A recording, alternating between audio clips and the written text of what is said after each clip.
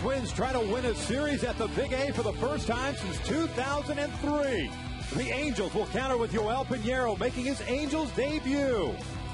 We've got Matsui, Mauer, Morales, and Morneau. All the M's are here on My 13.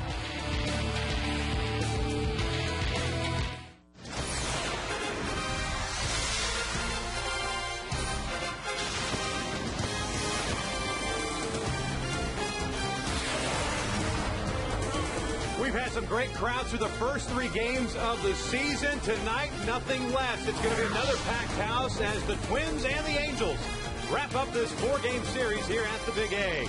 Hi, everybody. From inside the Big A, I'm Victor Rojas. Glad you could join us for Angels baseball here on My 13. My partner, Mark Gubizil, will join me here in just a moment. Torrey Hunter now in his 3rd season with the Los Angeles Angels and certainly had some sentimental moments in playing against the Minnesota Twins the first couple of years. But as he tells our very own Jocelyn Pierce before the ball game, there's no love lost now. But now I'm trying to destroy those guys. All that went out the window, and every time I play these guys, it's just like another ball club. It's good to see some of the faces that were over there, like Mauer.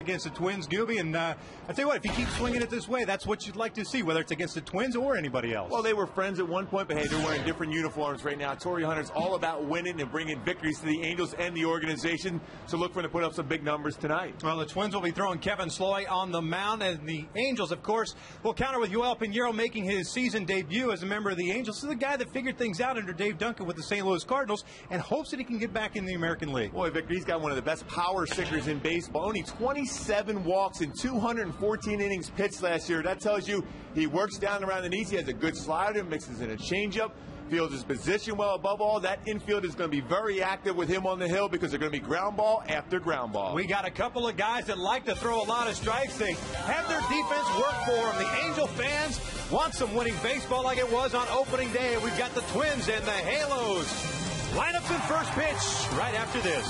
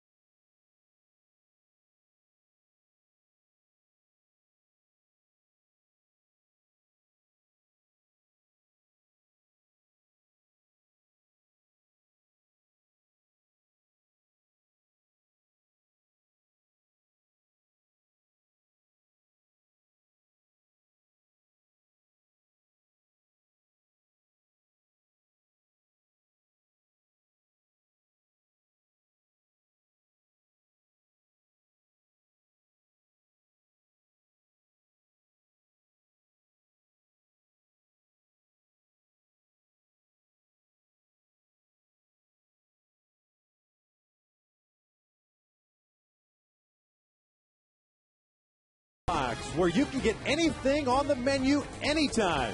Buy Time Warner Cable for your TV, internet, and phone services. See how much you'll save. And by Southwest Airlines. Go to southwest.com. Grab your bag. It's on. It is on here at the Big A, the fourth and final game between the Twins and the Angels. Here's the starting lineup presented by Time Warner Cable for the Minnesota Twins. Ron Gardenhire running out Denard Span to lead things off at center. The O-Dog Orlando Hudson at second base. Joe Mauer doing the catching. Justin Morneau at first base. Michael Kadire over in right field. Jim Tomey's the DH. While Jason Kubel will play out in left field for the first time this season. J.J. Hardy at shortstop. And Brendan Harris getting to start in place of Nick Punto. He'll bat ninth and play third base. Take a look at the chase profile on Angel starter Yoel Pinheiro. Yoel Pinheiro, very good. Great sinking fastball. Born in Puerto Rico, 31 years old. 214 innings pitched last year, 218 hits, but the big number, only 27 walks. Pitches the contact, keeps the ball in the ballpark. Fields his position very well, has a quick move to first base. Take a look at the Angels defensively, presented by Verizon. Hideki Matsui gets his fourth start of the season out in left. Torrey Hunter at center, Juan Rivera in right. Meiser Asturis at third base, Eric Ibar at short, Howie Kendrick at second, Kendry Morales at first, Jeff Mathis doing the catching. It'll be nice to see Hideki Matsui playing some of the outfield tonight. Well, Matsui played a number of games before those knees started to bark a little bit for him. As a member of the New York Yankees, look for him to not get a whole lot of action with Pinheiro on the mound, that sinking fastball, so he picked a good night to go out to left field. No doubt about it, and he's a guy that did get some action in the outfield during spring training. As the first pitch of tonight's ball game is in there for a strike.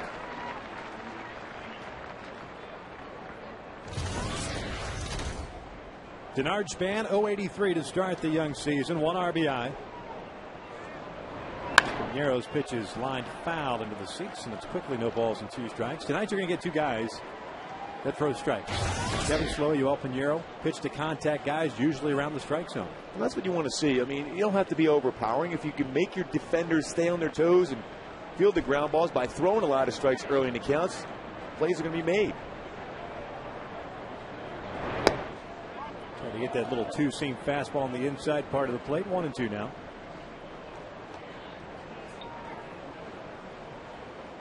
We led in Major League Baseball as far as pitchers, fewest amount of walks per 9 innings, 0.14.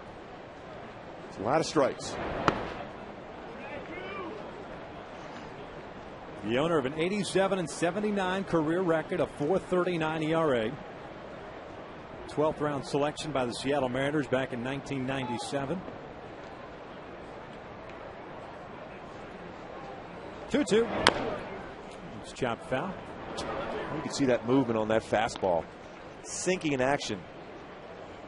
When he came up with Seattle, he was a guy that can overpower you at times. Good rising fastball. Good breaking pitch.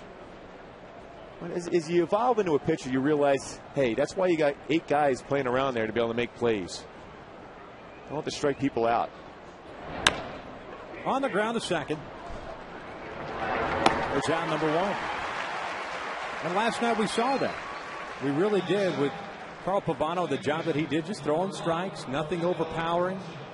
Pinheiro, a guy when he was with Seattle, as you pointed out, lived in the upper part of the strike zone and very straight. It wasn't until he got into that mindset of sinking the ball, moving the ball a little bit, that east to west that you talked about a couple of nights ago. I think a lot of times pitchers, they get so enamored with the strikeout. The reality is a ground ball, a quick ground ball out is much easier. You get a better chance of getting wins because you're going to be in the 7th, 8th, and 9th inning. That's the majority of the time you're going to get those W's. Hudson takes strike 1.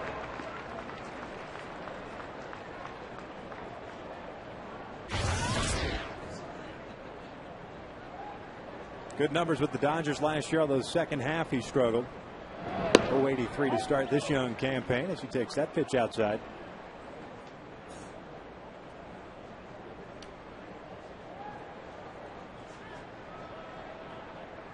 Pinheiro signing a 2-year contract this past offseason. Terrific season with the St. Louis Cardinals last year. 15-12 mark. 32 starts for the Redbirds. Into right center field. There's a base hit.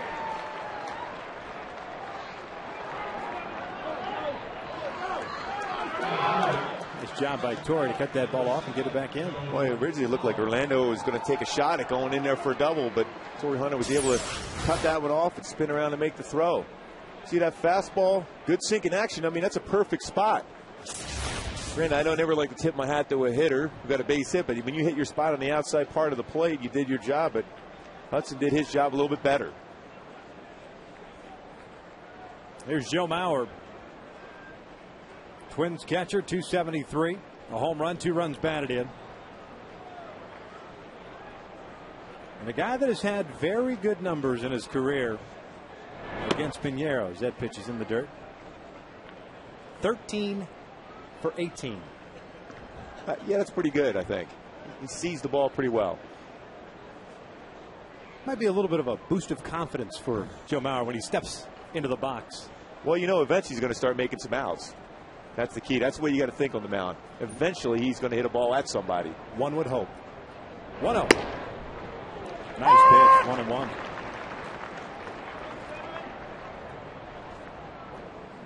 Did you ever go through a situation like that where you had one guy that just complete ownership and the mindset that you had to take the next time he came up, trying to get him out? Don Mattingly, I couldn't get out. And there's a few others too, I'm sure. You always seem to be able to find those guys like a Jason Giambi or Ken Griffey Jr. But with Mattingly, I always made sure if I could, when he came up in certain situations where he could hurt me with a long ball or driving a key run, that's when I would pitch around him. Otherwise, you know, if he had guys on base, I had no choice but to go after him. But there was times you'd hope he'd come up where the damage was going to be minimal. Skied foul. The count remains at 1 ball, 2 strikes. I would imagine it's got to get frustrating at some point where you sit there and go, what do I do? As a pitcher, I mean, you've thrown everything in the kitchen sink at you. Yeah, I mean, base knocks. You go to other pitchers from different organizations, different teams, say, hey, how did you get this particular hitter out? And they say, well, you just throw the fastball on the outside part of the plate down around the knees. Well, next time around, I tried it, double, down the left field line against Mattingly. I said, well, let me go to another pitcher and see how he got him out. Mauer into left center field. That's going to split the outfielders. Torrey trying to cut it off. He does so. Orlando Hudson's going to be stopped at third. Mauer in at second with a double. The Twins here in the early going have runners at second and third, 1 out for Morneau. Again, you can see that great swing by Joe Mauer going the other way with the pitch. And we got a fastball by Piñeiro on. Joe Mauer comes back inside with a fastball. Good spot on that one at 88. Sinker on the outside part of the plate, catches the corner again, tries a fastball in, ran over a little bit too much to the plate. Same thing there on that one. Joe Mauer was able to get his hands up. That pitch was designed to start off at the hip and get the inside corner. It started inside corner, ran middle. Mauer doesn't miss those. The Twins have used the long ball in this series. They are just 1 for 13 with men in scoring position, yet taking 2 of the first 3. 6 home runs for the Twins. The first time in their history to have 6 home runs in the first 3 games to open a season. It's pretty amazing when you think about the hitters they've run through here over the years. Off the end of the bat, foul. You keep an eye on tonight. 2 pitchers to throw a lot of strikes. We talk about seeing a lot of pitchers being patient. Well, if you have pitchers that throw strikes, you're going to see a tendency as the game goes along. These guys are going to be hacking at that first pitch, that fastball. Otherwise, they're going to be behind the count throughout the game.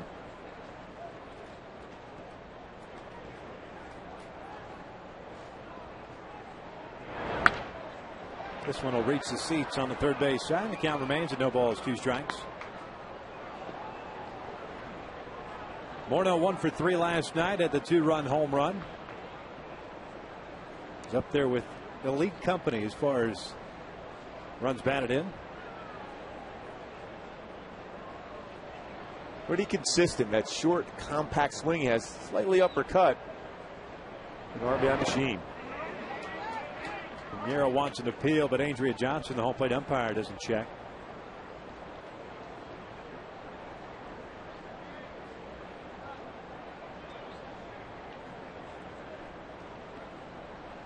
Orlando Hudson over at third base. Joe Mauer over at second.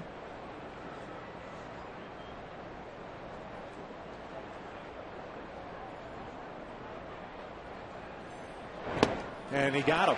Foul tipped and hung on to by Jeff Mathis. There's out number 2. Nice changeup by Pinheiro there. And that's a spot where it's a difficult thing. If you're a pitch-to-contact guy and you need a strikeout, especially with the infield back like we showed, you need to strike out. Use the changeup out of the strike zone. Good run in action, too. You see him out in front. Able to get the swing and miss. Pinheiro facing Kadire now.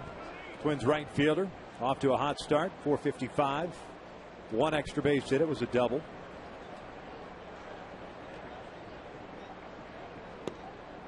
There's a strike. Opting to work from the stretch even with 2 outs and a couple of men on. I like to do that myself, especially when you're a sinker ball guy. And, you know, if you're big, especially Orlando Hudson with that type of speed, you can keep an eye on them. They'll get a good jump on you.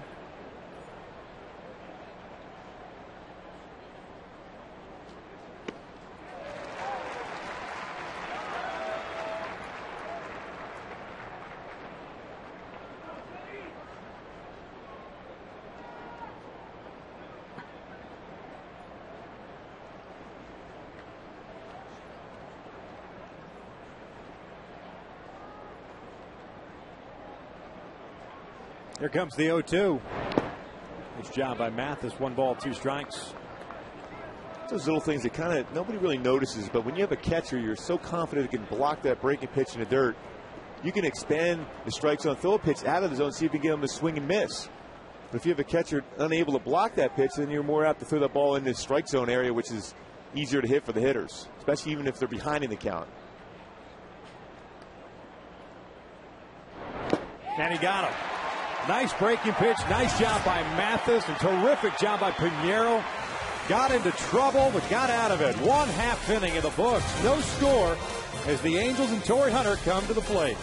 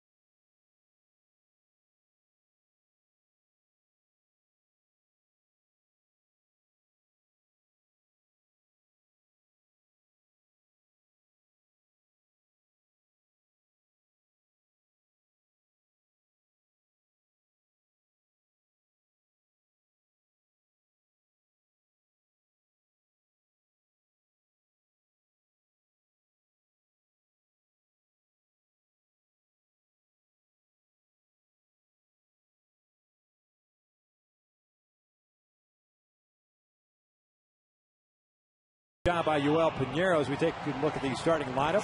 Presented by Southwest Airlines for the Angels. Eric Ibar, the shortstop, leading things off. Bobby Abreu is the DH tonight. Torrey Hunter in center. Hideki Matsui in left. 3 hits last night. 5 for 11 so far this year. Kenji Morales at first. Juan Rivera out in right. Howie Kendrick, the second baseman. Meiser Asturis at third base. Jeff Mathis is doing the catching and batting ninth. They're facing the right-hander Kevin Slowick. Kevin Slowick, 10-game winner last year. Was injured towards the end. Another guy throws a lot of strikes. Only 15 walks in 90 2/3 innings. Had a fastball, 89 to 92 with sink. Very good curveball and a slider. One of those Minnesota pitchers that field their position well and negate the running game. Former Twins second-round pick in 2005. 25 years of age. And a guy, just like you said, another Minnesota Twins starter. Nothing fancy, but a strike thrower, good movement, puts the ball in play and lets his defense work. Once again, you see that 0-1 count, then the 0-2.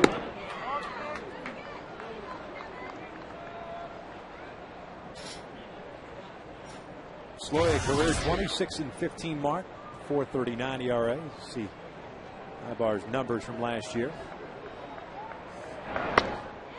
And he gets Eric swinging for out number 1. Defensively for the Twins behind Sloy, you've got Jason Kubel out of left field. Kennard Span in center, Michael Kadire in right. Brendan Harris is the third baseman tonight. J.J. Hardy at short. Lando Hudson at second. Justin Morneau at first. And Joe Mauer is behind the plate. Brendan Harris playing third base. He's played some shortstop, second base, soft hands. Will be tested here tonight, especially with all the sinker ball action. Third baseman going to be active when you have a sinker ball on the hill. Abreu takes outside for ball 1. Bobby 2 for 11 to start the year. Getting the old quasi day off, serving as the DH.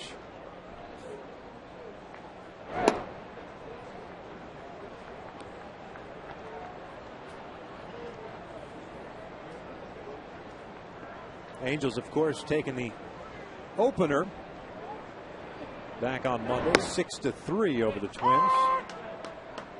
Jared Weaver picking up the win. Lost on Tuesday 5-3. Last night 4-2.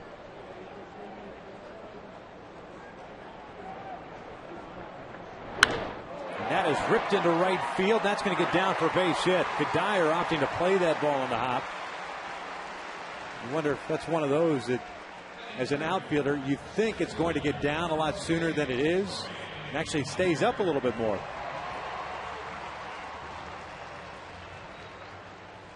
There's a base hit. Torrey Hunter before the game tonight getting his Silver Slugger Award. Slugger Award winner, Torrey Hunter. Means he was the best hitter at that position. Torrey Hunter. Pretty special award to be able to win that. He's a consistent hitter in center field position. You know, Victor, getting back to that base hit to right field in front of Kadire, that's one of those situations where, because he has a pitcher on the mound that throws a lot of strikes, throws a lot of ground balls, you're more apt to be able to play that safely rather than try to come in and slide and make that play.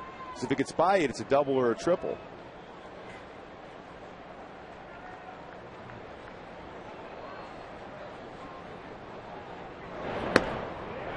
Right on the outside corner. It's 1-1 now. Torrey off to a red hot start, 400. As far as his batting average is concerned, a home run, 3 runs batted in. He's also picked up a double. 6th Angels outfielder to win the Silver Slugger.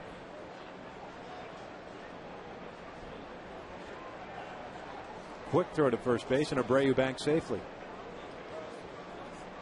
Sid Slowey, very good move to first base. Quick to the plate, too. 1-2-1 to 1-2-6. So not an easy guy to get a good jump to be able to steal the base against. The Twins in general, for that matter. You look through the first 3 games, the Angels have attempted 2 stolen bases, have picked up 1. That's it.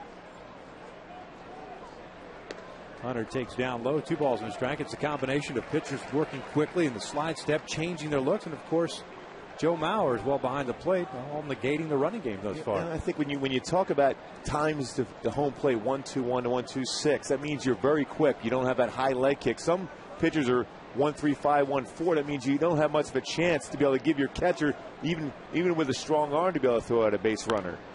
Torrey gets jammed and fouls that one back.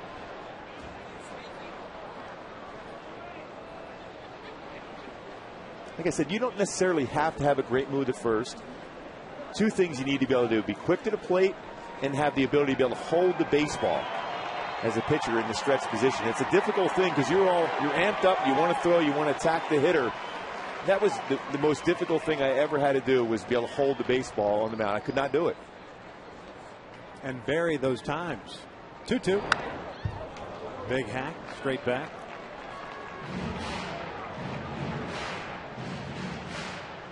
Did you like the slide step?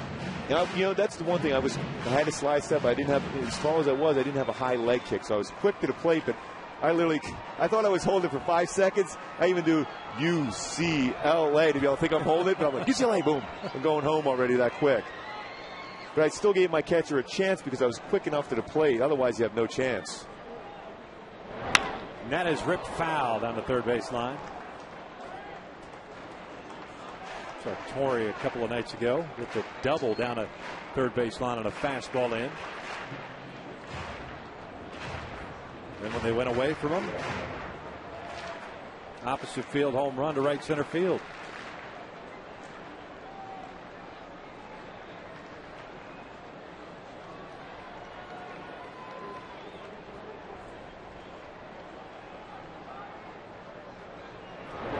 That is lined into center field, a base hit. Abreu moves up 90 feet as Span gets that ball back in. And just like the Twins at the top of the first inning, the Angels have a couple of men on with one out. Hideki Matsui coming up. Good at bat, too, by Torrey Hunter throughout this pitch sequence. Coming in with a fastball on the inside part of the plate, diss off the inside corner, again back out the fastball they were trying to do throughout this series. Slider on the outside part of the plate, just missed. Fastball back in. And another fastball back in for Slowey against Torrey. This time, another one pulled it foul. He was timing it pretty good. That was supposed to be in the outside corner, but you could see the result. Round middle part of the plate, and Torrey made him pay for it.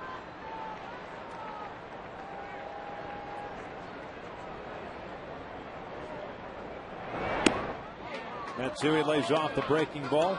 Andy Fletcher, the third base umpire, says he did not go. Hideki, 455 with a home run, a couple of runs batted in. Also has a double.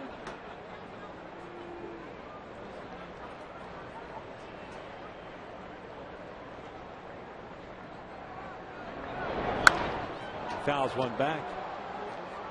And one thing you know, both these pitchers throw strikes, but both of them also will give up their share of hits. When you pitch to contact, you're going to give up a ground ball through the hole or a line drive here and there. Gotta love the fact that Matsui land sign is here. Been here since day one. It's got a TM. It's already been trademarked. Did you see that? That's pretty good. Look at that. Popular players already. Matsui into the right field corner. Kadira got a good jump on that. Makes the catch. Abreu tags, goes to third base.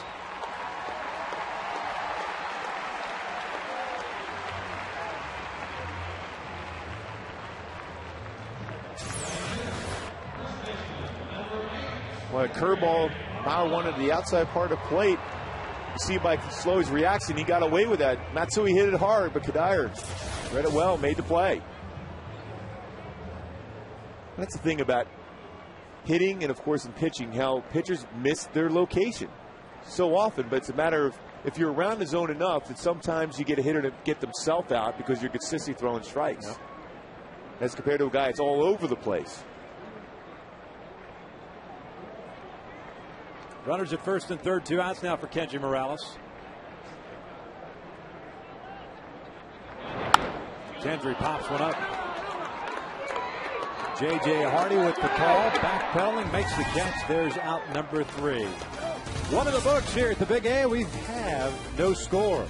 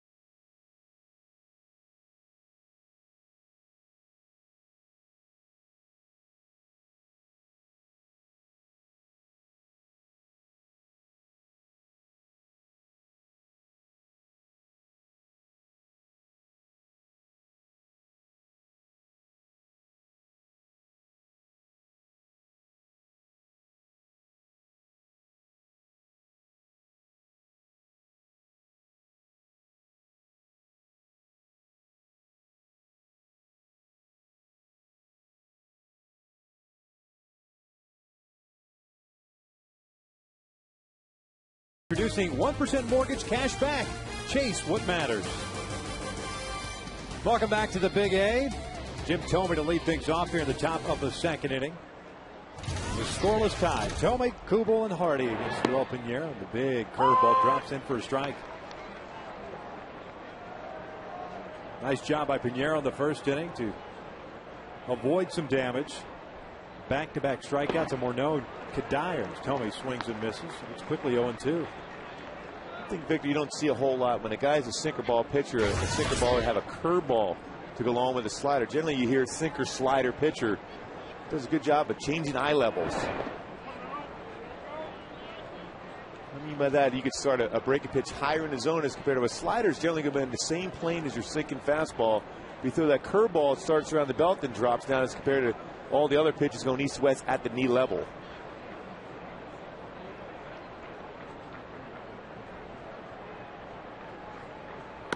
Thome takes what should have been strike 3 for ball 2 instead.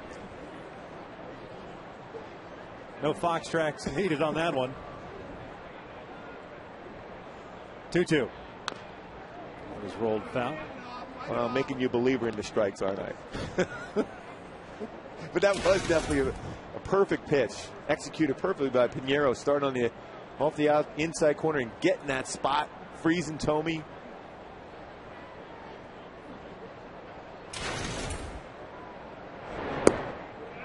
Lays off, and it's a full count. Thome started the 2010 campaign 0 for 5. Rough night last night, serving as the DH, 0 for 4 with 3 strikeouts. He lays off that one as well as a walk. So instead of a strikeout and 1 away, it's a walk. Leadoff man is on board for Jason Kubel. In case you haven't been with us the first couple of nights, here's what the Minnesota Twins 2010 edition looks like. Joe Mauer is locked up. Would have hit free agency after this year, but instead is locked up to an 8-year deal. Jim Thome, Orlando Hudson added to the lineup. They have a brand new ballpark called Target Field that is spectacular as far as the reviews so far. And the biggest blow so far, Joe Nathan out for the year with Tommy John surgery. Jason Kubel takes strike 1. Mauer, the hometown boy, staying at home. And that was the most important thing they did as far as this franchise. New ballpark, keeping their local boys with all that talent. Kubel winds out. Thome is able to get back in. Brings up Hardy.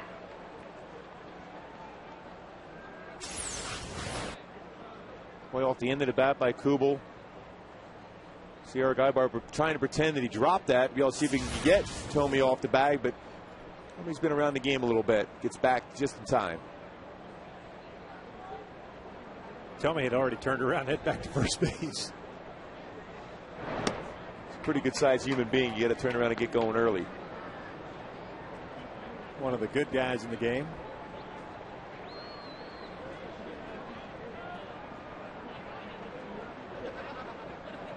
Hardy, a couple of home runs to start the year with a couple of runs batted in.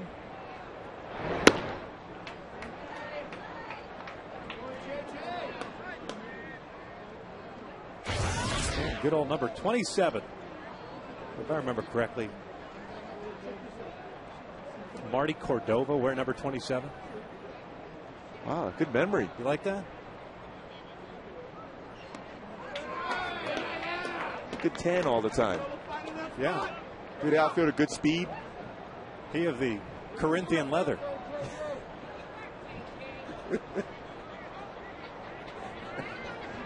Victor, you're on fire already.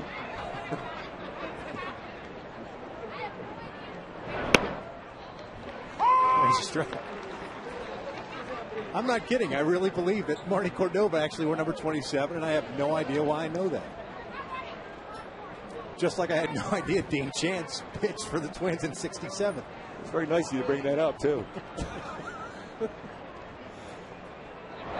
Hardy on the ground to third is Sturis to Kendrick to Morales around the horn, and the top of the second comes to an end. No score for the Big A with the Angels coming up with Rivera, Kendrick, and Sturis.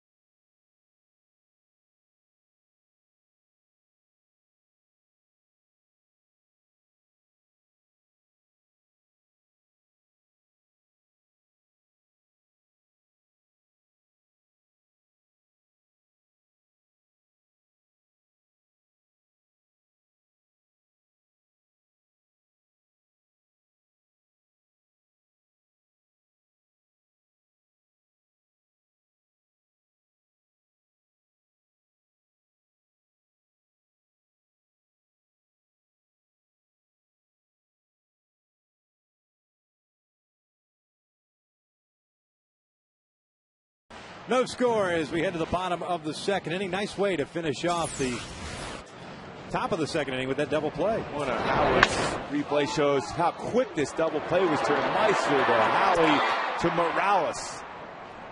Hardy runs pretty good too. He wasn't even nearly in the picture when that was turned. Meister, solid, soft hands. 174 double plays turned last year, leading the big leagues. We'll see both of those guys, Kendrick and Asturias, after Juan Rivera.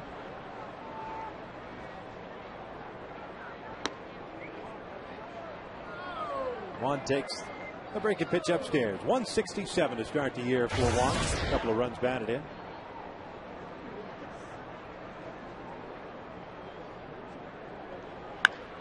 Gets jammed, floats one into left field. There's a base hit. Leadoff man is on board for the Angels here in the second. Brings up Howie Kendrick. Juan Rivera strong. That's a tough pitch to be able to handle it all. That was off the inside part of the plate, above the belt. Still able to turn enough and fight that over Brendan Harris's head for a base hit.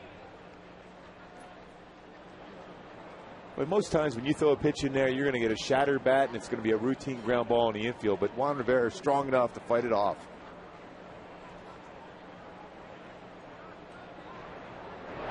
Now he takes a fastball in at the knees for a strike.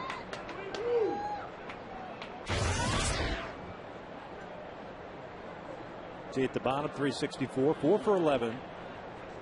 One double.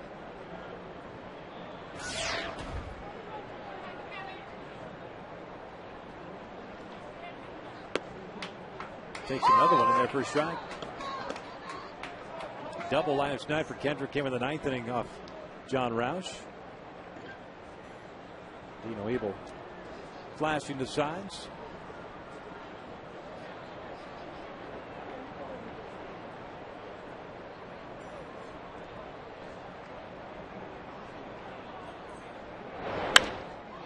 Out to right center field. Michael Kadire giving chase. Can't get it. One hopper off the fence. Heading to third and stopping is Rivera. He had to hold up between first and second to make sure Kadire didn't catch it. It's a double for Kendrick. Runners at second and third. Nobody out.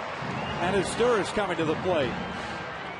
You can see why Howie Kendrick's so special to be able to drive a ball again. I mentioned last night doing the same thing. Pitch on the outside part of the plate. Staying with it. Most hitters try to pull that ball as a ground ball double play. Instead went with it, hit it hard. One hops the wall for a double.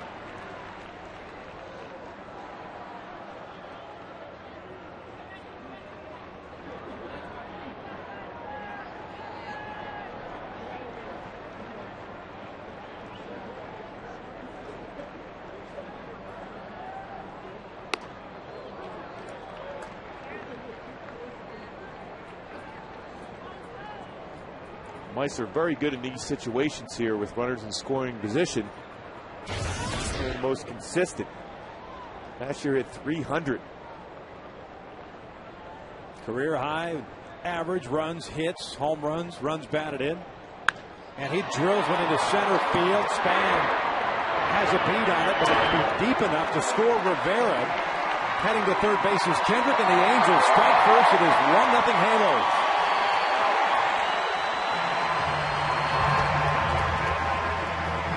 Two great jobs in that particular at bat. You got Meister Stores doing his job, getting a pitch up to be able to hit in the air to get the run across, and of course Howie Kendrick with the presence to be able to see that ball was hit deep enough to center field to be able to tag and get himself back into scoring position at third base. Nicely done by Asturias. Picks up his first RBI of the year. And the Twins will bring their infield in with Mathis at the plate and one out. The first lead the Angels have had since opening night.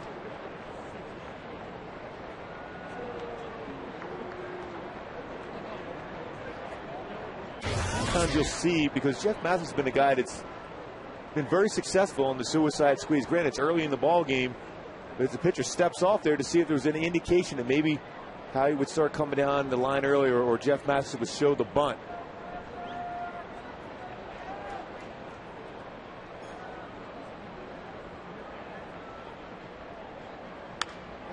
Pops one up. J.J. Hardy makes the grab for out number 2.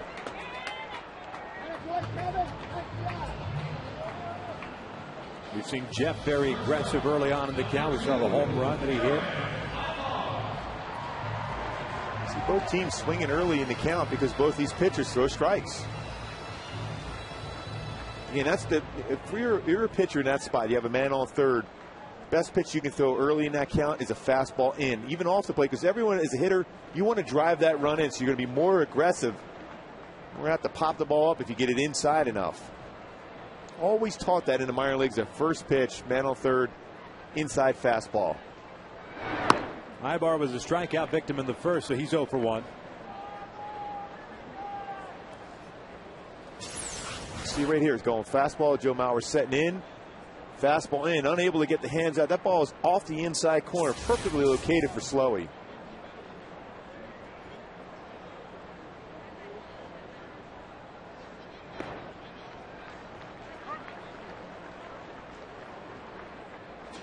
Kendrick with the double here in the second inning. He's over at third base. Ibar with a 2-ball, no strike count. 4 hits already for the Angels.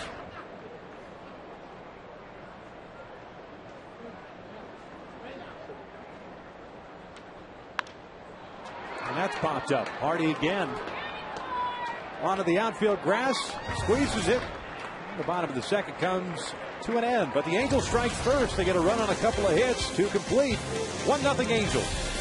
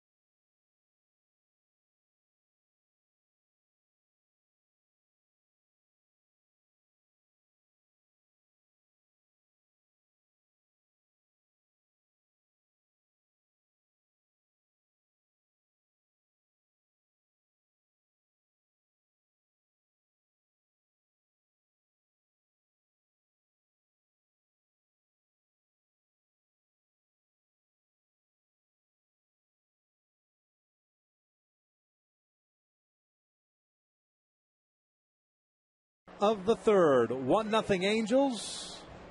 9-1-2 due up for the Twins. Harris, Span, and Hudson here against Pinheiro, who has a couple of strikeouts and 1 walk. Let his defense do the work to end the second with a double play ball. Brendan Harris takes down and in. He's 0 for 1. We saw him as a pinch hitter a couple of nights ago. Well, if you're a viewer watching how much movement on that fastball, it's fantastic from Pinheiro. That ball was in the outside part of the plate and ran down and in.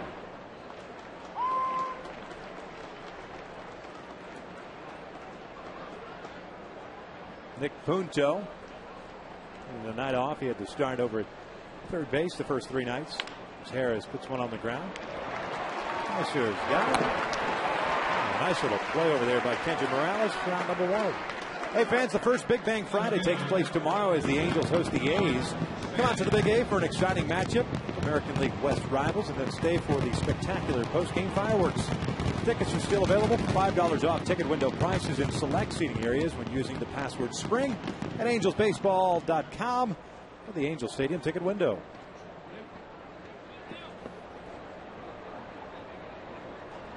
sweet. He's got his uni on. He's got Reddit's jersey. Love it. Hey, by the way, I did some research. Crack staff did down in the truck as well. Marty Cordova wore number 40, not number 27. Well, it was close. Well, I knew there was, at some point, I must have had it in my head that I wanted to work Marty Cordova into this series. And I did. How about that? A good job. That should have been there. What I didn't realize is Justin Morneau wore number 27 from 2003 to 2005. Did you know that? No, I did not know that. Now you do. Well, now I'm educated. J.J. Hardy. Now he's number 27.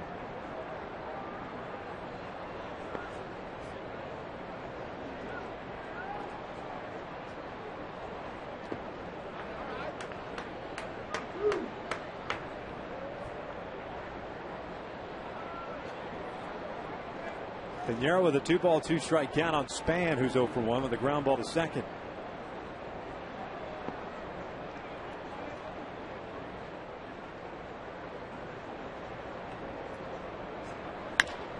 Right back to Pinheiro. Step and throw. 2 outs. So liked how Pinheiro threw that ball once it was a ground ball back up the middle. A lot of times you see guys underhanded or run it over the first. He threw it about as hard as he would the home plate. Oh, comeback or sinker right back at him. Waste any time. Some gas over the first. With movement. Kendry Morales looking at Pinheiro and say, "Hey, Papi. ¿Qué pasa?" That had some sinking action, didn't it? Orlando Hudson takes slow. He's 1 for 1 with a single.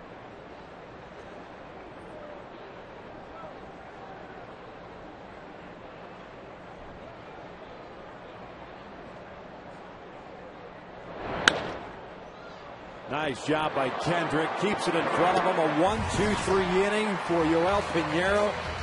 The old shutdown inning. Middle of the third. Angels still leading 1-0.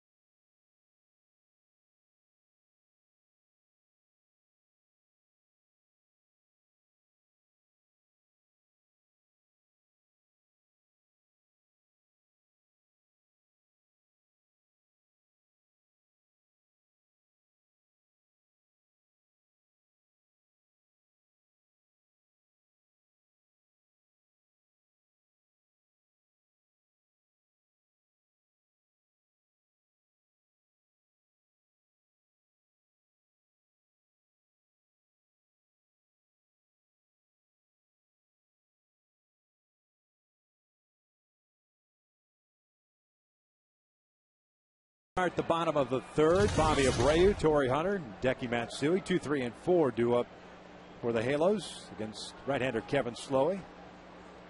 It's the beanies that were given out last night. My kids love that, by the way. I brought it home last night. Awesome.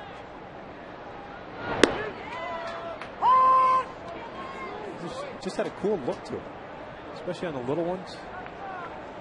He would look pretty good walking around New York with that on, don't you think? Yeah. If you bring yours, I'll bring mine.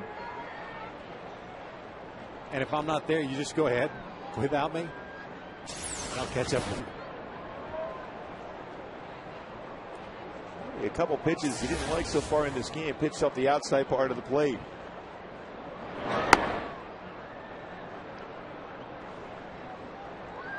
Bobby had a single in the first. So he's 1 for 1.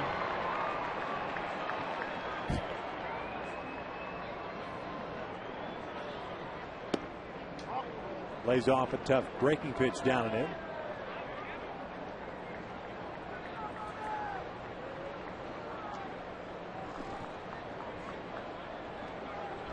Sloy, a guy who was limited last year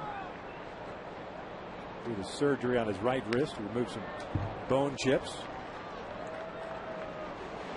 Managing that 10-3 record with the 4.86 ERA. Well, you'll often hear that with pitchers, especially guys that are sinker slider type pitchers. A lot of torque on that elbow when you throw a slider a lot.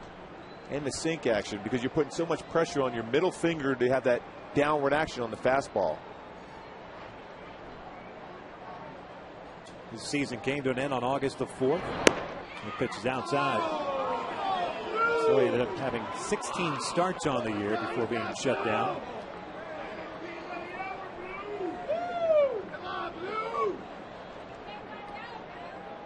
Full count. First 3-ball count that Slowy has had this evening. Here's the payoff. Good hack from Bobby.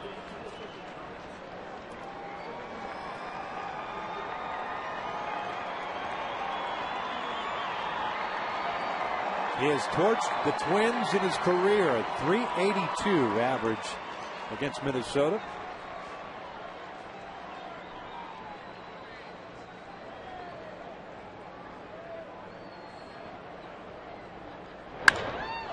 Hard hit, but back to Orlando Hudson for the first down. Brings up Torrey Hunter.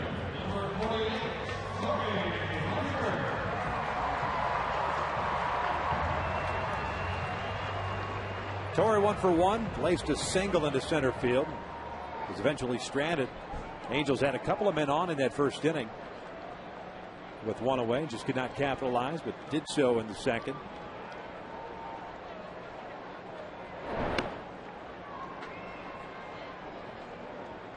He went a lot of fastballs in, fastball away, fastball back in.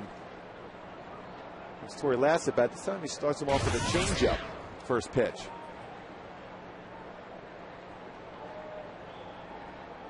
I mean, the plate coverage that he has shown just in the first couple of days really going to put pitchers on their heels a little bit. Present company excluded, of course. Of course, but the thing is, when you see a guy that can hit that pitch on the outside part of the plate with authority, hit it out of the ballpark, that does make you think you're on that hill. That's why I saw a slider there, 2-0 and a fastball count. Key to pitching, if you can throw your secondary pitches for strikes when you're behind an account, you can be successful in the big leagues. Missed inside. It's 3 balls and a strike.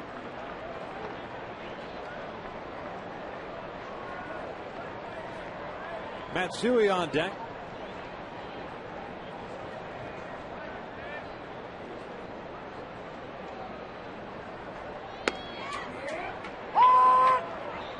Full count. Adrian Johnson barking out the strikes this evening behind the plate.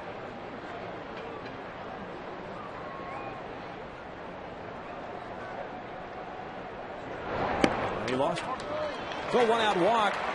The Angels get a man on with 1 away. Brings up Hideki Matsui. Took something off with that fastball. So let's see if Torrey would get out in front on that pitch. See an all-speed pitch there at 85 out of the strike zone, and a slider off the outside part of the plate. And comes fastball inside.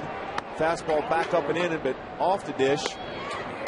Fastball again, and then try this all-speed fastball, changing up with the BP fastball. Then challenge him. So with that power fastball that he has.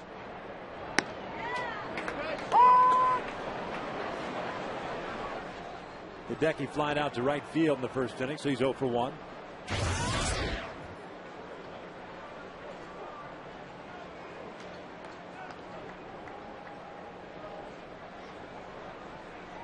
Twins infield doesn't overshift a whole lot on Matsui, at least not tonight, as he pops one down the left field line. Long run for Jason Kubel, and will allow land foul, I should say. First couple of games of this series, we really saw not an overshift per se, but Harding shifted more towards the middle. Nick Punto had been playing third base the first couple of games in the series, moving toward that almost the hole between third and short. Look at the pitching staff for this Minnesota Twins. Everyone seems to have similar type stuff. A lot of fastball, not overpowering fastballs. Hits the contact, work down, pitch in. And try to get you out on the fastball and the outside part of the plate at the knees. And fouled back. And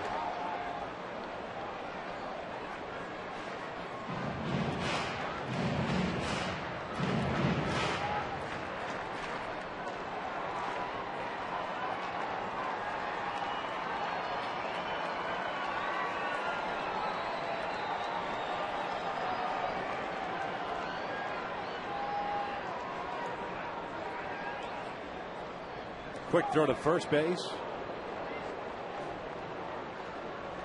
Tim McClellan is just a beauty, whether it's behind the plate or on the bases.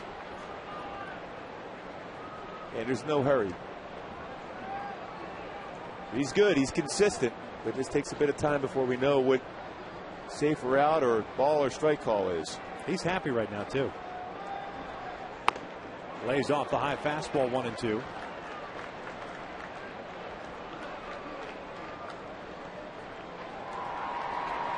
Tim McClellan, the home plate umpire in the infamous Pine Tar game. Calling out George Brett. That still is a classic story when George just lost his mind. He started running out there. He says, I didn't realize how big Tim McClellan is. The closer I got, the taller he got. And he said, I better stop. He's about 6'9". And so he fouling that one off.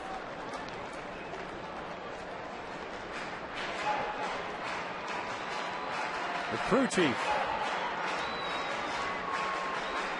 He's a good one, though. He's consistent.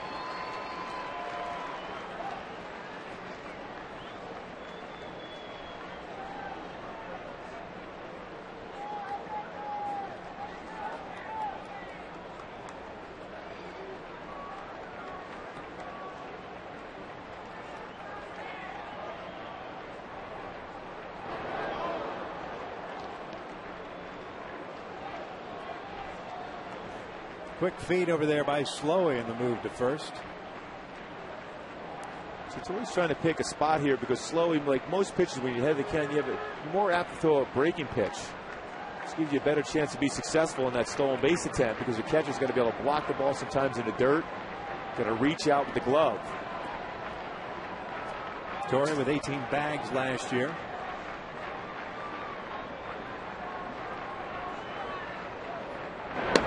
Matsui takes a called strike 3.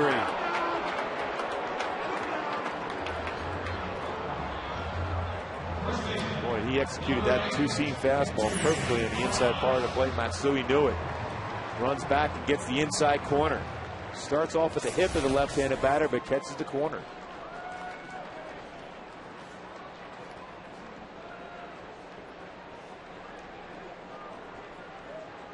So Kendry Morales steps up now with 2 outs and a man at first. Morales 0 for 1 with a pop-up to short. He'll take a strike. Kendry had a 1 for 4 night last night and a single early in the ball game. First home run in the 8th inning of opening night. A right-handed home run.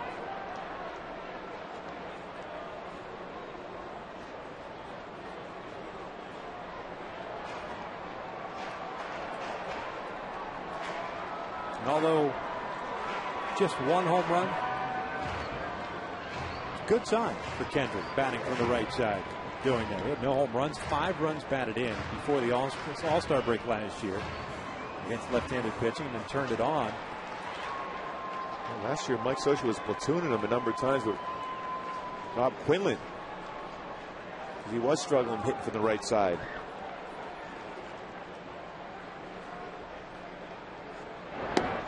Reaching for the off speed, and it's quickly no balls and 2 strikes.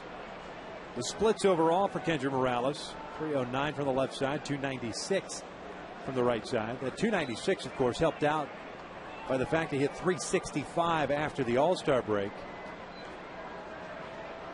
Started to get the confidence up, started to run him out there, both against righties and lefties. He skies the 0-2 out to left field. Jason Kubel is under it. It's out number 3. We've played 3 here from the Big A. The Angels still up by the score of 1-0.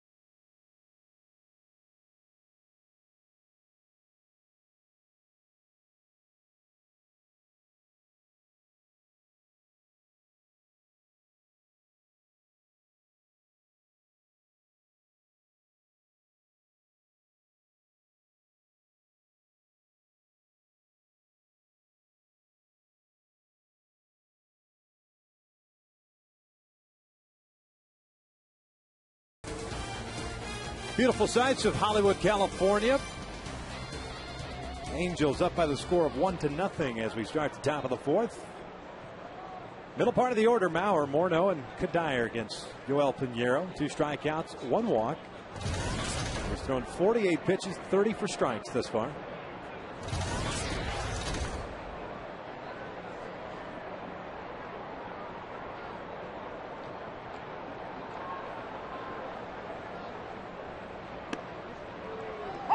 Maurer takes strike 1. He doubled into the alley in left center field in the first inning, so he's 1 for 1.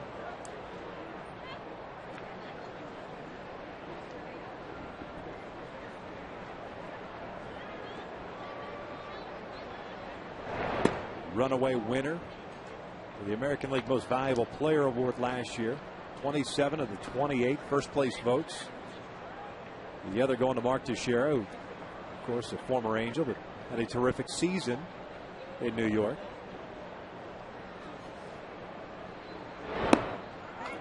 Here's the thing, too, when you look at Joe Mauer, 6'5", and a catcher. You don't see many catchers that tall. Sandy Alomar Jr. comes to mind, not many others. Sandy now part of the coaching staff for the Cleveland Indians.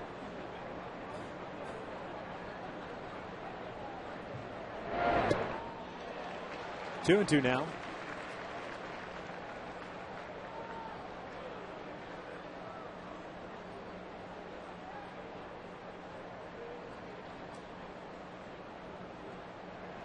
It's interesting too when Mauer came up, Victor Martinez came up. Victor, of course, a switch hitter. You thought, all right, this is nice to see in the American League Central. As Mauer shoots one foul the opposite way.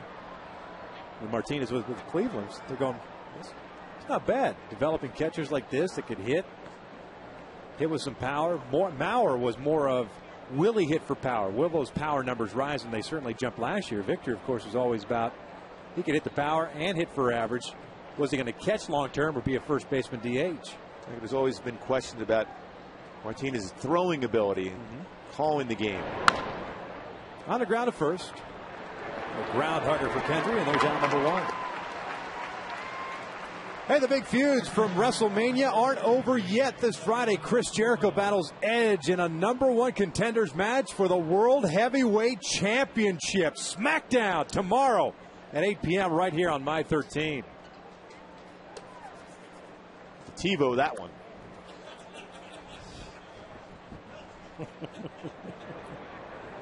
Y2J, Chris Jericho. Kendrick Morales. Deja vu all over again. 2 outs.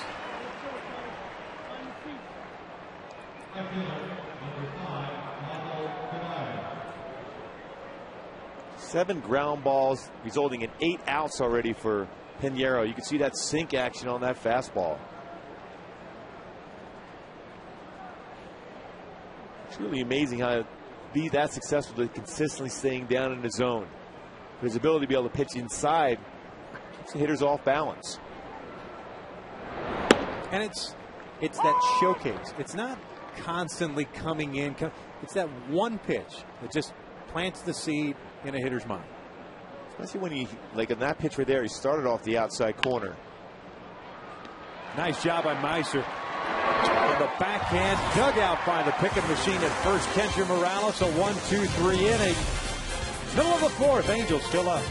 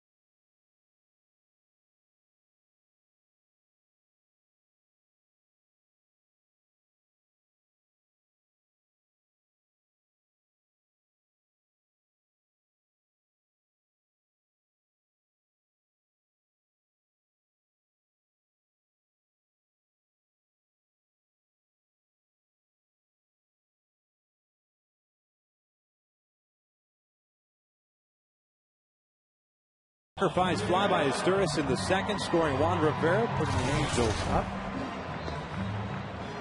The 4th and final game of this series, the Oakland A's roll into town for a 3-game set beginning tomorrow night here at the Big A. Friday night, Big Bang Friday, Saturday night, and then Sunday afternoon. And then the Angels out on their first road trip. 3 in New York, 3 in Toronto after the off day on Monday. Just happened to be that first game in for New York, their home opener. Certain ceremony being done that day.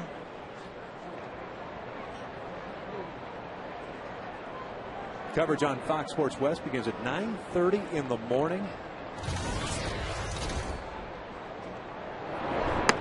Watch the Yankees receive their rings. I'm fired up.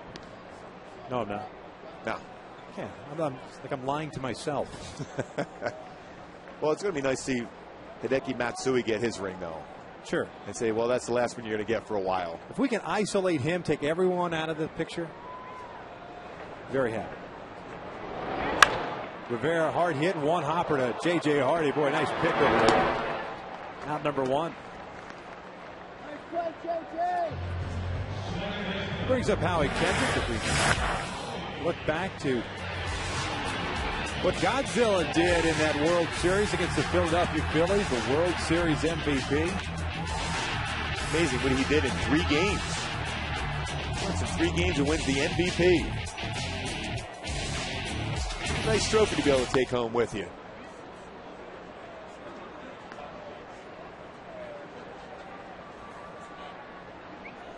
The Yankees have always done their rings nicely.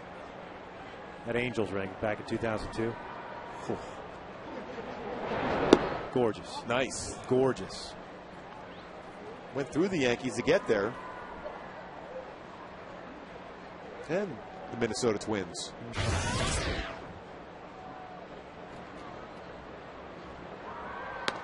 You've seen that Marlins ring from that thing, yeah, that was unbelievable. It's a joke. That's like 2 times the size of a Super Bowl ring. It's the size of a watch. It's like, where do you wear that out? I'm going to go grab some fish tacos at Rubio's. I was flashing my Marlin ring. Hey, can I get an extra plate of nachos free with my bling? That thing is huge.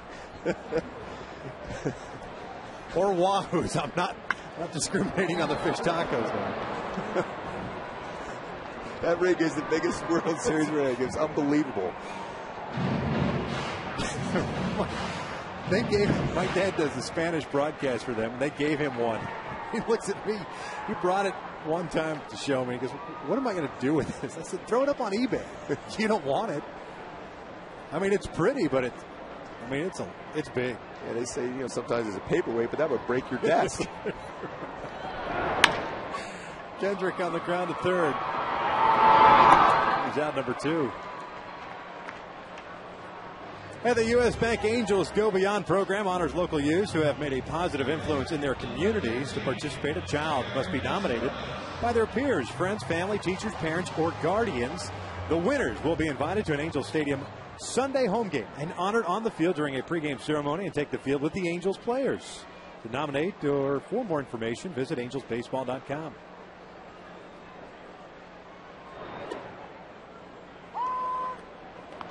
Vizquez takes a strike. Sac fly for him and his first RBI of the year. It's 65 runs batted in last season. Signing that 3-year contract extension this past offseason. Deservedly so. No question about it. Play all different positions. You can see there, second base, shortstop, third. Can do it well. And of course, we saw his first at bat, a great run producer. Most consistent clutch hitters the Angels have had over the last few seasons.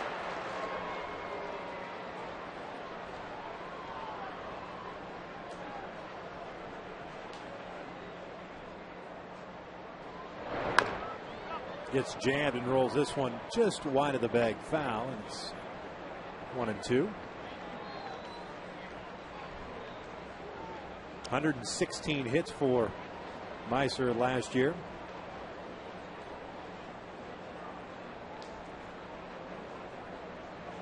Pretty good numbers considering with 387 at bats.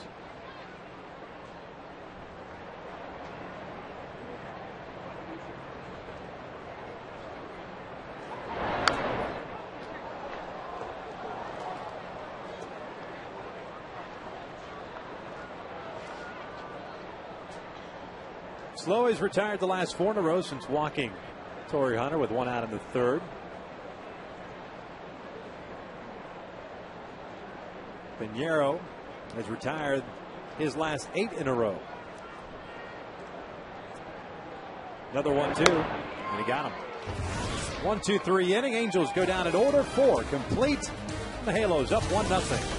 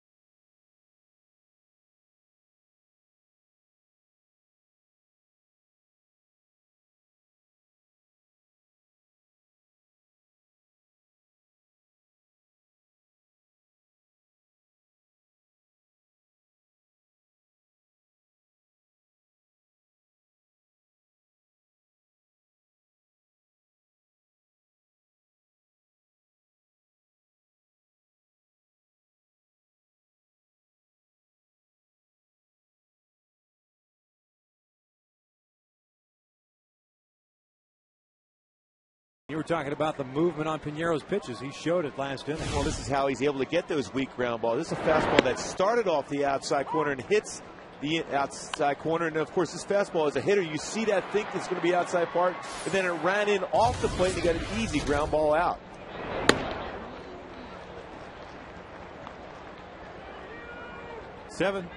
Six, 7, and 8 due up for the Minnesota Twins here in the fifth. Thome, Kubel, and Hardy. Thome drew a walk in the second. Fouls that one off. He's quickly in the hole with no balls and 2 strikes. Right. Some power pitchers have the ability to pitch north and south, go high with the fastball, then obviously either throw the curveball or go fastball at the knees. But a good sinker ball pitcher has that ability to go east-west, inside, outside corner, never giving a hitter that same look back-to-back pitches.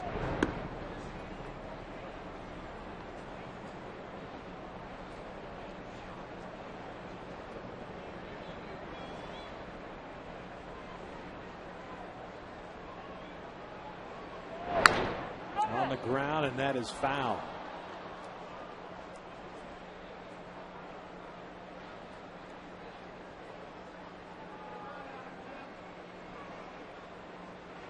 Because of that ability to get the ground ball, the Angels defense in a big-time shift for Jim Thome, with Meiser playing shortstop position. The rest of the infielders on that right side.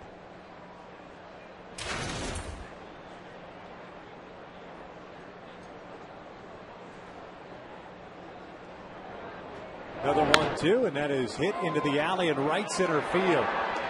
See if Torrey can cut it off, keep Thome at first base. He's trying for second, to throw off line, a double for Thome.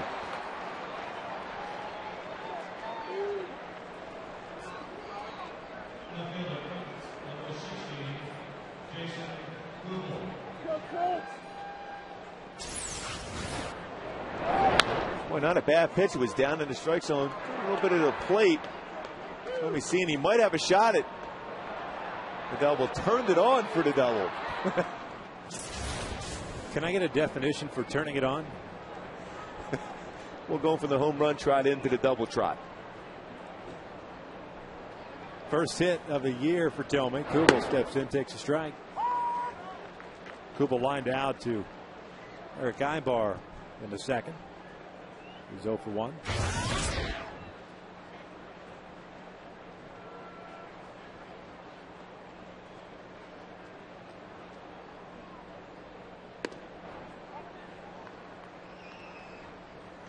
Jim Thome was able to hit that pitch. Executed well by Pinheiro down in the zone. Again, the only thing not executed well, you saw Mathis set up in the outside part of the play, was right in the middle, but it was down below the strike zone. Credit Thome for hitting that ball. And Kubel lines one into the alley in right center field. Thome's going to be waved around. We're going to be tied up at 1.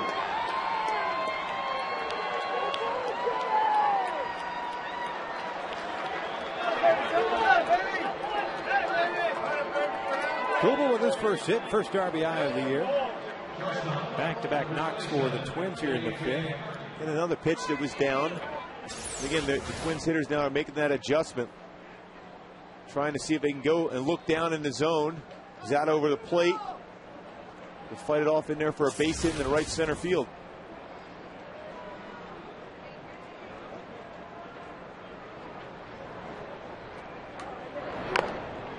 Dropping a bunt. They're saying it's a foul ball, that it got him in the box.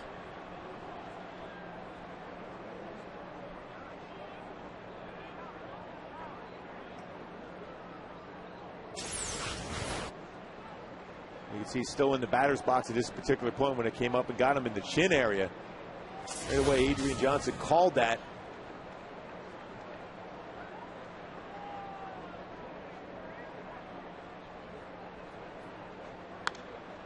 That's foul back to the right. It's 0-2 now.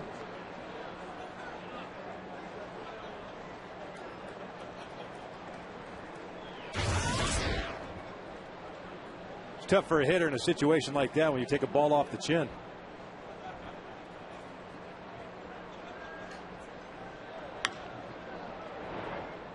A nice play over at third by Scott Olger, the third base coach.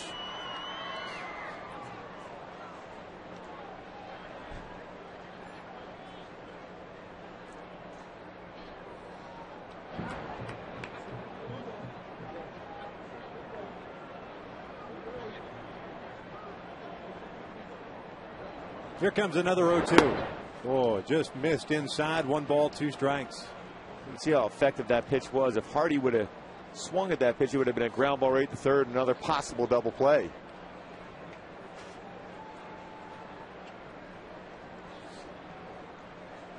Hardy rolled into that 5-4-3 that ended the 2nd inning. Missed inside again. 2 balls, 2 strikes.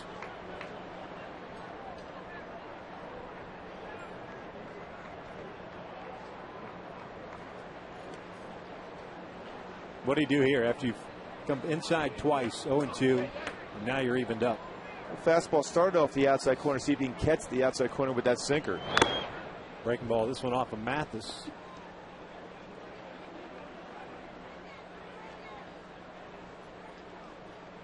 We have to throw so many sinking fastballs. A fastball, if you had a 4-seam fastball up in the zone, you can get a swing and a miss here, but it's also difficult if you're a sinker ball guy to ever elevate that pitch to be able to get that swing and miss.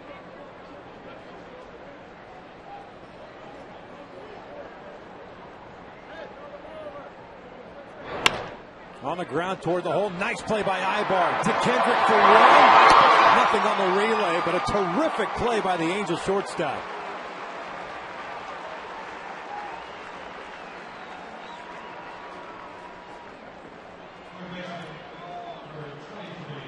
Well, that was not an easy play either for Eric Ibar. Not only be able to make it, almost able to turn a double play. Howie, quick hands at second base, but Ibar, no question, is going to win a number of Gold Gloves before his career is over with. Making it look easy. Getting that lead runner, 1 away. And here's Brendan Harris. Twins third baseman, 0 for 1. He grounded out in the 3rd inning.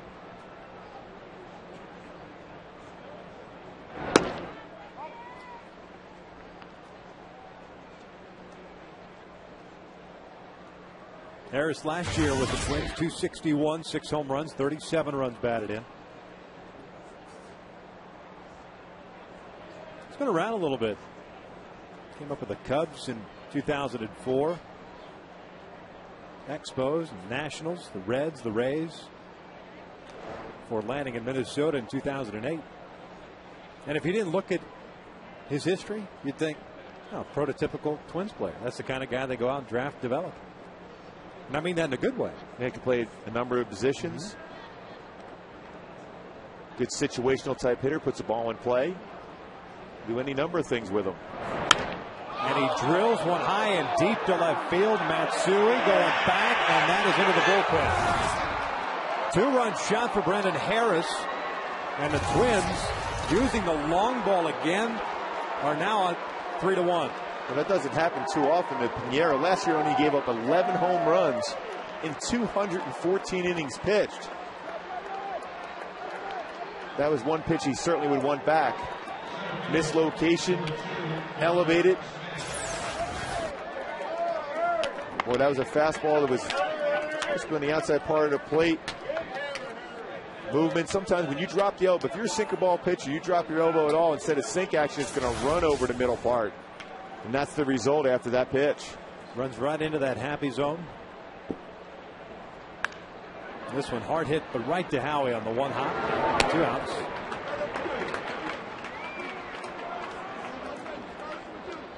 Mentioned Harris had 6 home runs last year. His career high being 12. He did that with the Rays in 07. This Minnesota Twins team has some pop. Last year, a number of home runs, a team that just a few years ago were at the bottom of the pack as far as home run power. They dialed it up last year, 172 home runs. And just to put that into perspective, 1 behind the Angels at 173.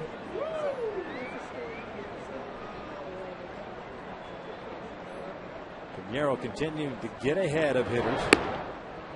He's now 0-2. But Twins coming to life here in the 5th inning after that leadoff double by Jim Thome, the single by Kubel. Great play by Ibar, but then Harris, a 2-run home run. And off the hand of Hudson.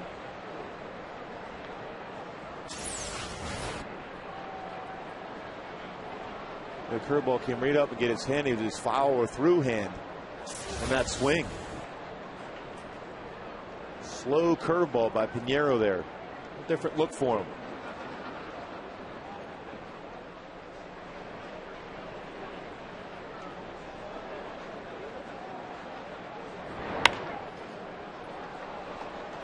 Kendrick has this one low right up the arm, and Hudson will reach.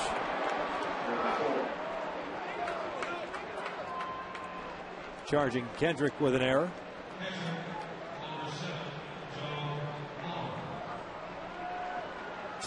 Ground ball in which I was in a position to make the play, but hit off the heel of the glove. Rushed it a little bit because of Orlando Hudson's speed going down the line. Second error of the year for the Angels. And more importantly, here in the fifth inning, already down 3-1, you bring Joe Mauer to the plate.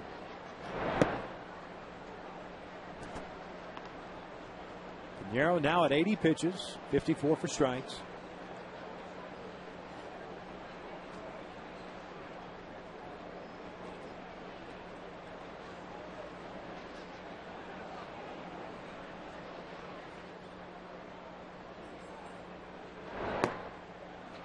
And Mauer ahead of the count of 2 balls, no strikes.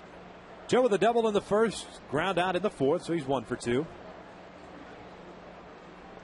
Runs in this series, Twins, the first 5 innings, all 15 runs.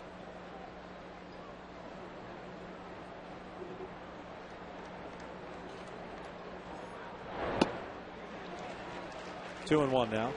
That's an indication that the Angels bullpen, which we talked about, has been very good for him. A lot of power arms. The starting pitching, not quite there at times, but Pinheiro today with good sinking fastball. Just one bad pitch, really, so far in this game. Brendan Harris with that fastball that was elevated up out of the ballpark.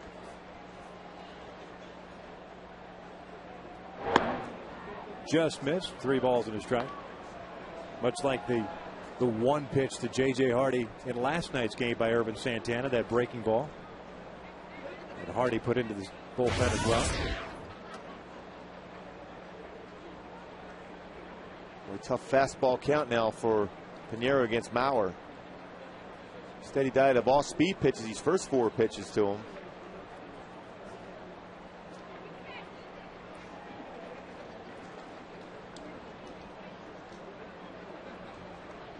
In case when you see that circle there with the 1, that means it's going to be a sinking fastball.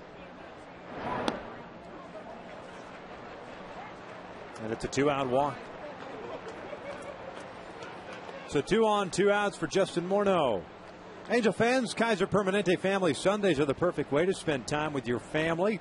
Free activities include a wide variety of games and arts and crafts. The first Family Sunday takes place this coming Sunday. Tickets still available for $5 off ticket window prices in select seating areas when using the password SPRING at angelsbaseball.com. Well, when you have a guy that's had success against you, try to change it up a little bit. Change up off the outside part of the plate and down. Another off-speed pitch below the strike zone against Mauer, and a sinking fastball off the outside part of the plate. Comes back off-speed once again. Then a sinker off the outside corner.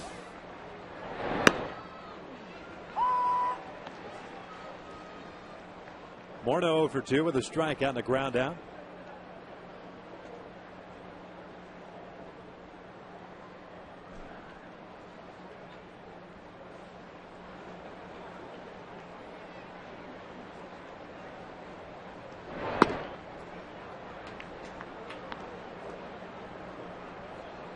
You talk about a key point in the game for Pinheiro and the Angels. Here's a spot.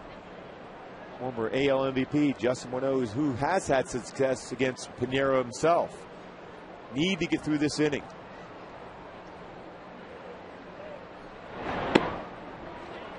Good pitch there, and it's 1-2.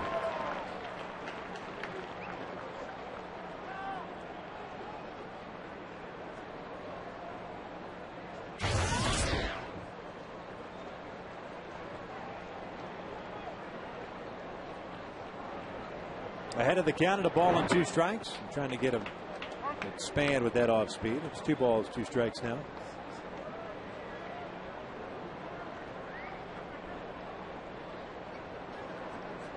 Orlando Hudson over at second base. Joe Mauer at first. A 3-run fifth inning for Minnesota. They're up 3-1. On the ground to Kendrick. He's out number 3, but the Twins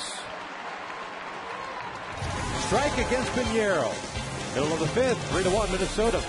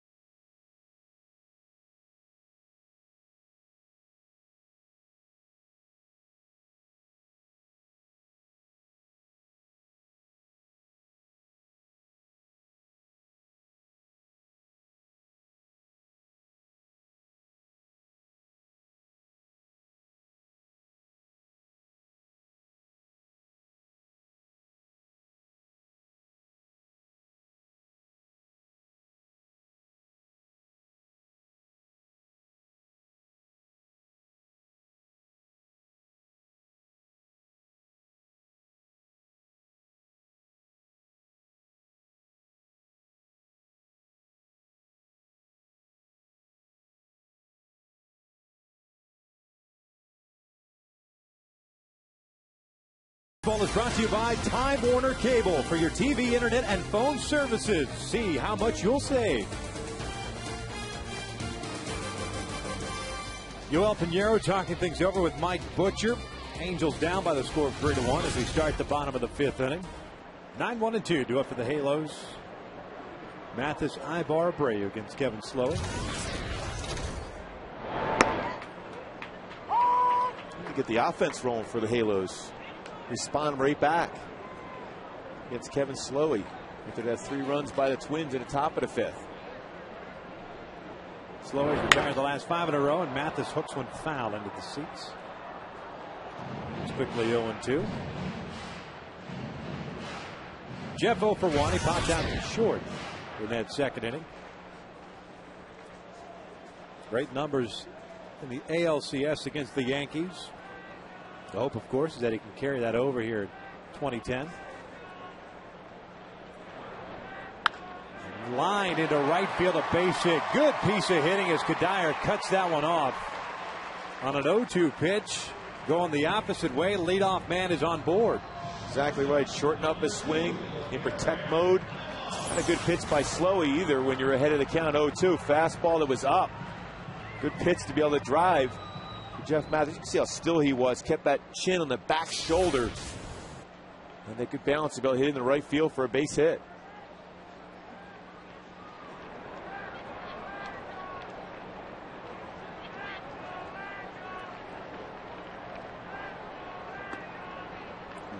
Floater up there, and it's ball 1. Ibar's 0 for 2 with a strikeout and a pop-up.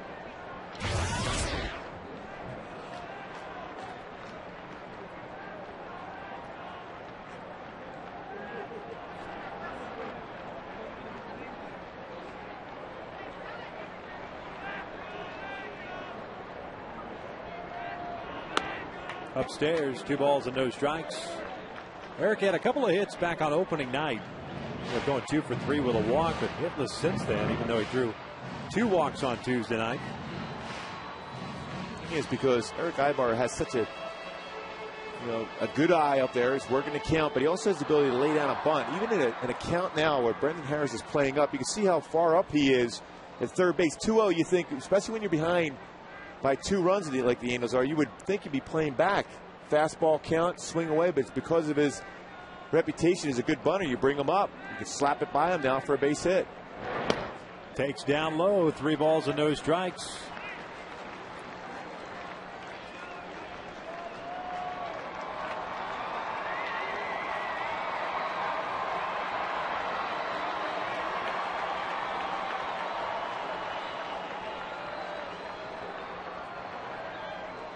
Here comes the 3-0. And he draws a walk.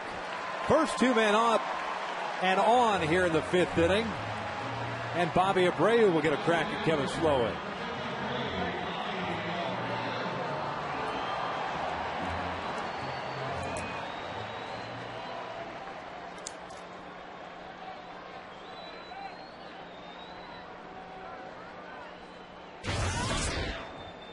Bobby getting to start at DH tonight. 1 for 2 out of single in the first, grounded to second in his last at bat.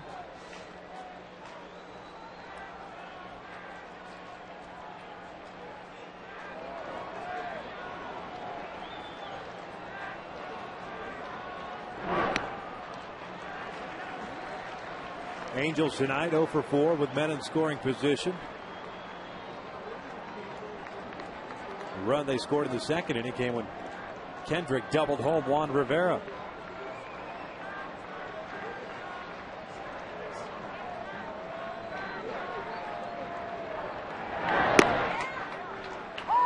Check that double for Rivera.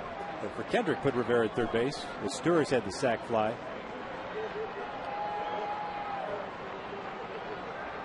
He slowly threw him an off-speed pitch.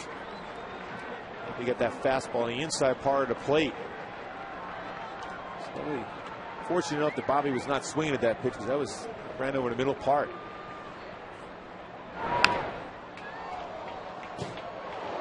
In on the hands, and it's 1 ball, 2 strikes.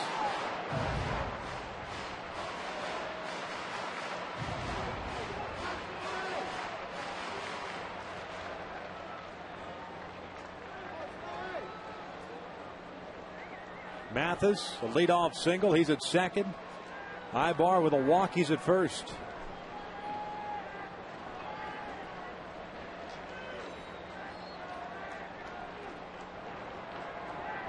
And that is ripped into right field, but right to Michael Kadire, who almost mistimes his jump. Mathis tags, heads to third. Boy, just a little too much topspin on that ball. Otherwise, we're talking about a couple of runs and perhaps a tie game. Well, you often hear the word square up the baseball. That certainly was the case. I had to reach up and make that play because there's still some carry on that line drive by Bobby Abreu. Good job, though, by Mathis to be able to tag up and get to third. Abreu had come into this ball game with good numbers in his career against Kevin Slowey. And Torrey Hunter now steps in. A single and a walk, with runners at the corners.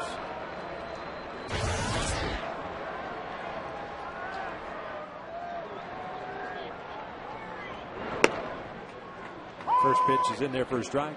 See if at some point in this at bat, maybe Eric Ibar on the move at first base. Even with Torrey Hunter, their most consistent run producer, he has always been aggressive, regardless of the situation, even if you're behind in the game, too. Popped up. Morneau in the foul ground. 2 outs.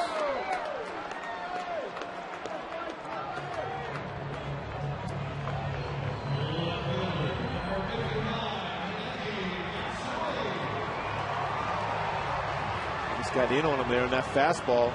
And not overpowering, but spotting the fastball.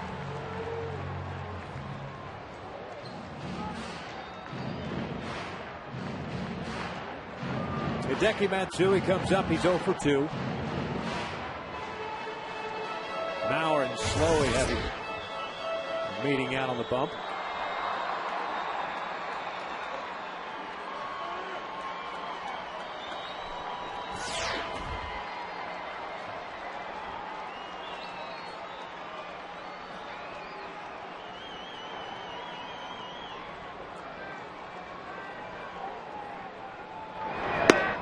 First pitch inside. Slowly got Matsui to strike out looking in the third inning on that little two-seam fastball on the inside part of the plate. There's Jeff Mathis over at third. Eric Ibar at first.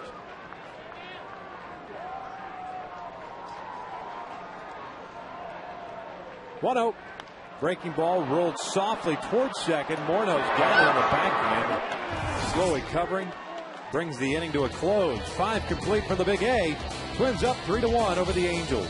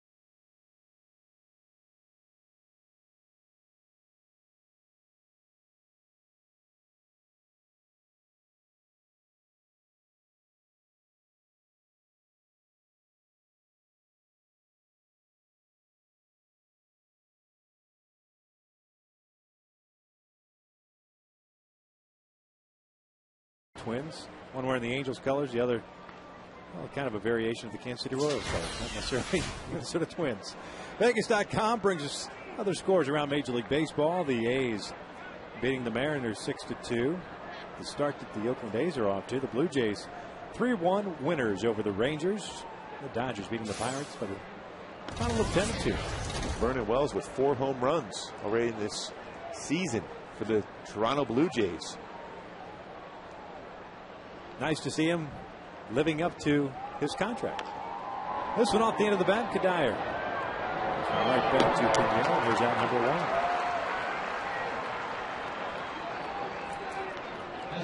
1. Sir J.P. Ricciardi, who got fired this offseason, sitting there going, hey, man, thanks for the effort while I was still there.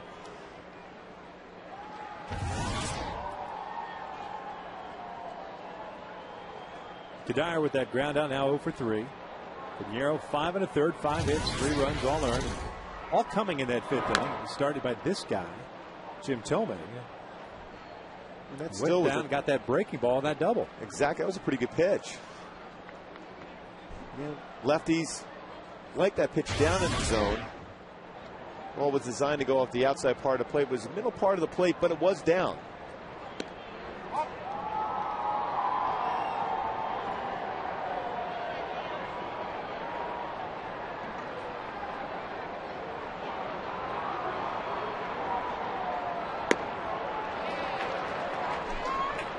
And it's 1-2 now. The Angels pull the complete overshift against Jim Thome with the 3 infielders on the right side. Sturis, the third baseman, at the shortstop position.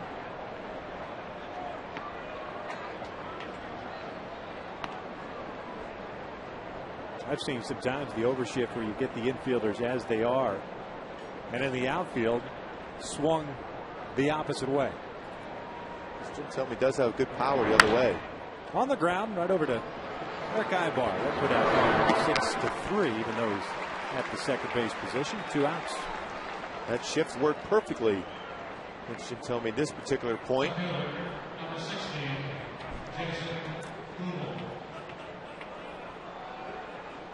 Two up and 2 down here in the 6th. Brings up Jason Kubel.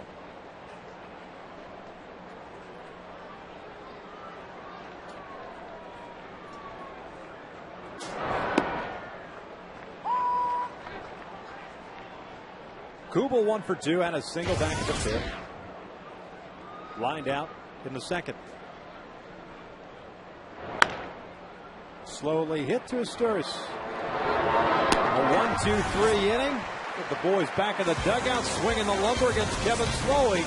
Bottom of the sixth. That's where we're heading to. Angels are still down.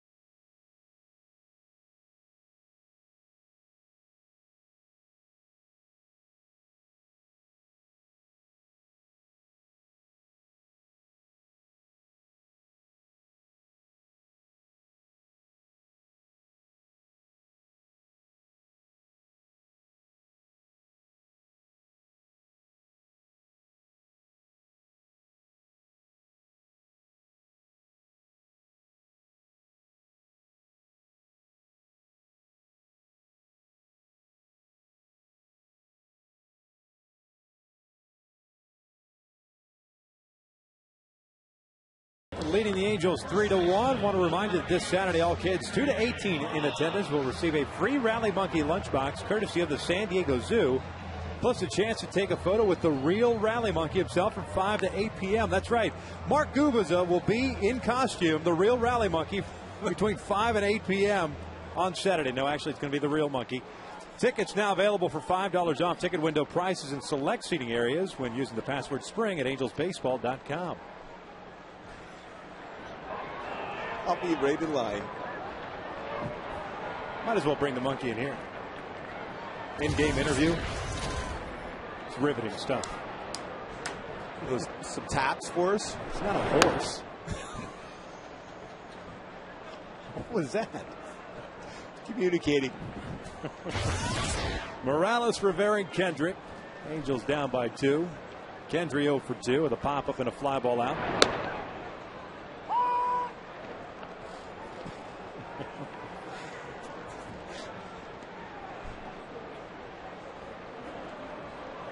Both teams even in the hit column, 5 apiece. Morales rips one into right field. Leadoff man is on board. The problem hasn't been base runners. The Angels have had some, and they've had some opportunities. It's just capitalizing on those opportunities. Slowey's been able to make some key pitches at certain times in which fastball's inside. You know, when you're aggressive, you're trying to drive in a run. If you can get that fastball on the inside part of the plate, you can get some pop-ups. That's how he was able to get through these innings so far, Slowey. But he certainly has been in some tough situations.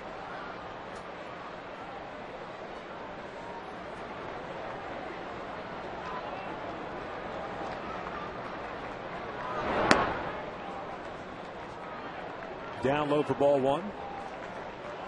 Rivera with a single and a ground out, so he's 1 for 2.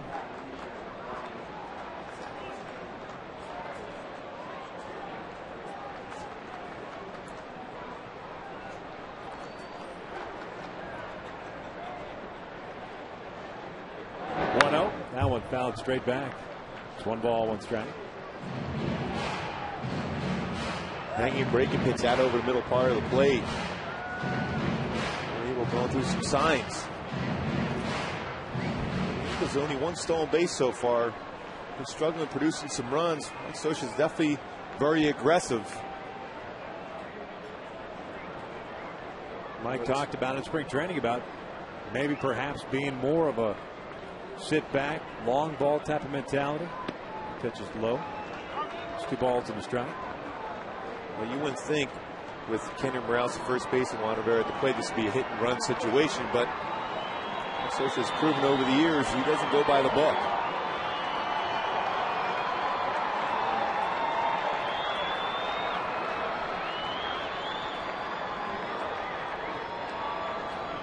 Slowey has thrown 88 pitches, 57 for strikes.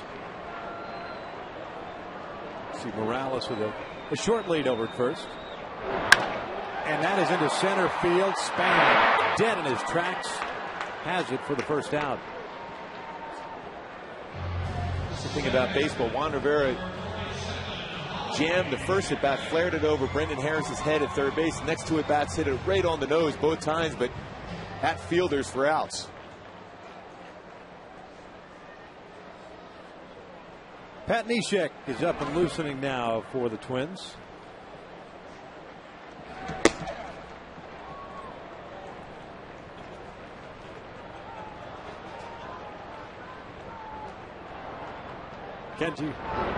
Howie Kendrick at the plate. Kendry Morales at first. Howie 1 for 2 with a double. Back in the second.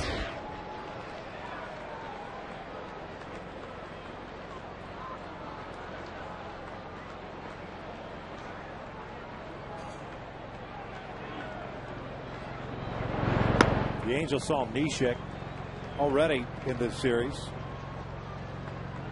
Back on opening night on Monday.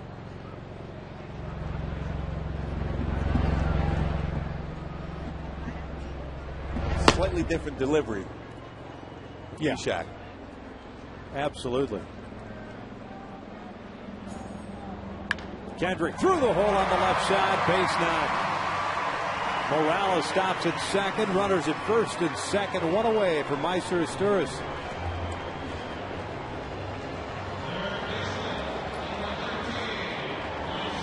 He had that base in the right center field. Now this one through the hole between short and third. Mickey Hatcher has to be happy with what he sees out of Howie.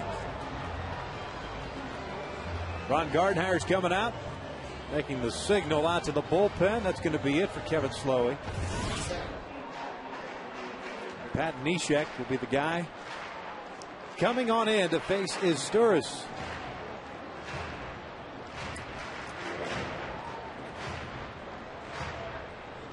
Neshek, a guy that is funky and tough to follow. See if the Angels can get him down 3-1.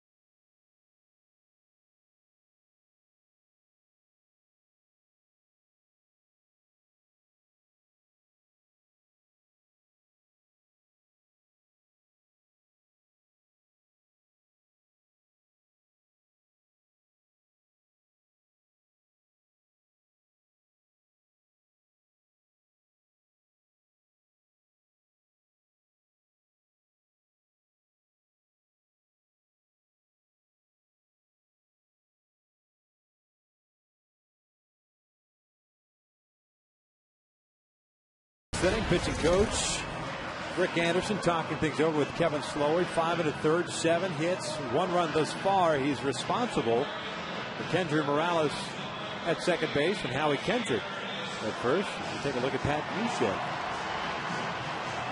Missed all of last season with surgery. Guy that's very deceptive. The thing is, you have to do as a hitter against him, be able to pick up where the ball's coming out of his hand, not look at all the other action going on before he releases that baseball. There's Kendry Morales at second, Kendrick at first.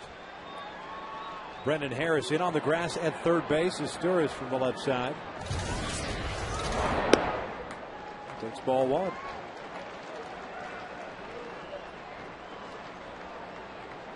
Meiser consistent each and every year with runners in scoring position.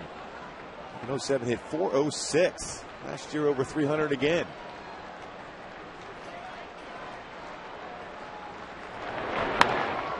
Skies one down the right field line. Long run over for Kadire. Makes the catch. Morales trying to go to third. It's cut off, and Kendrick alertly gets back to the bag at first.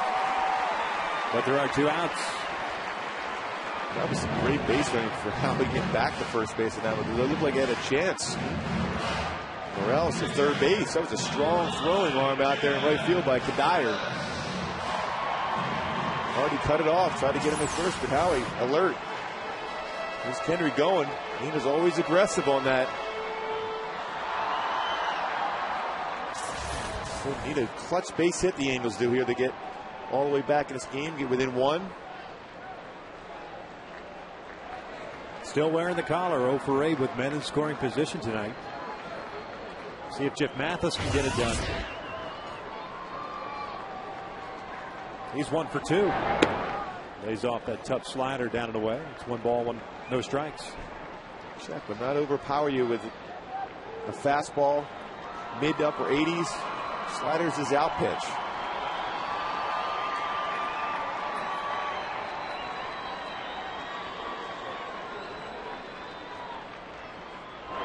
Mathis right back up the middle, but just enough off the mound.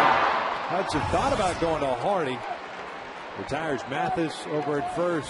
Couple of men on, and they leave him stranded. 6 complete. 3-1 Twins.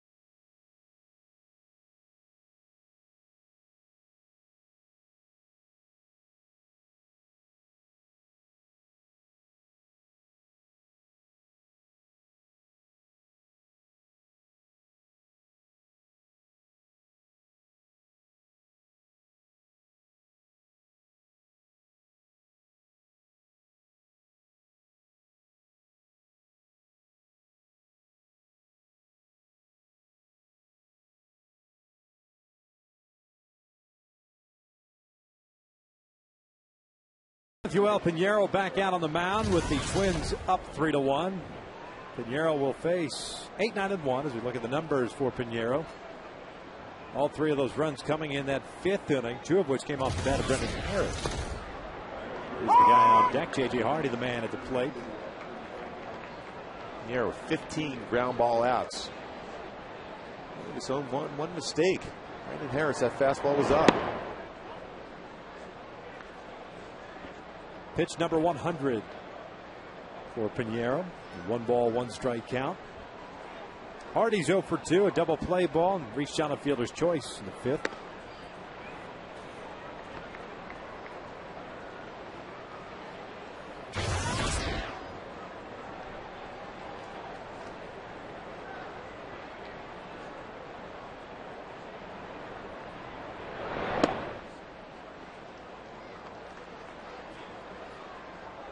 It's 3 balls and a strike.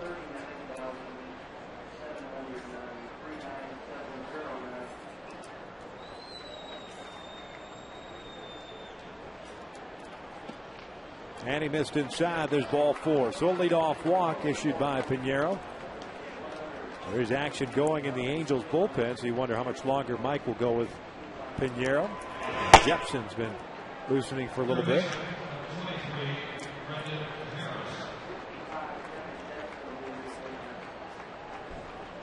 Mike's making the move, with the exception of that one pitch to Brendan Harris. And even with that pitch to Brendan Harris, nice debut for Yoel Pinheiro back in the American League. We're in the 7th with the Twins up 3-1. Kevin Jepson's coming into the game.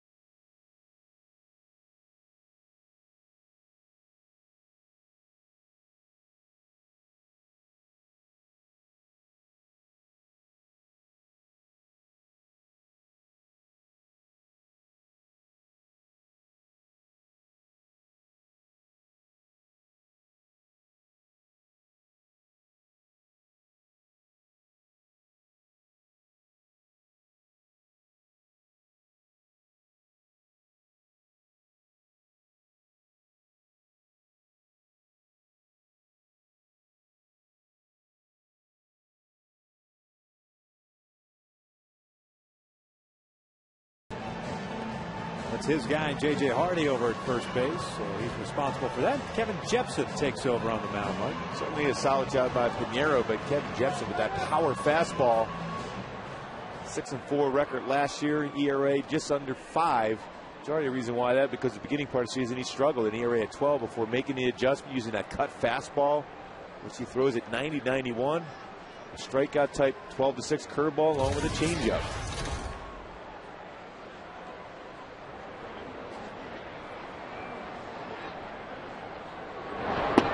First pitch to Harris is down and in.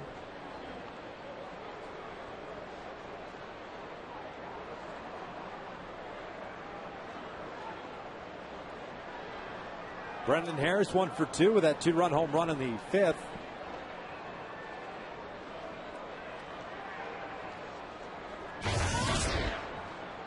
Getting the start at third base in place of Nick Punto. There's a strike.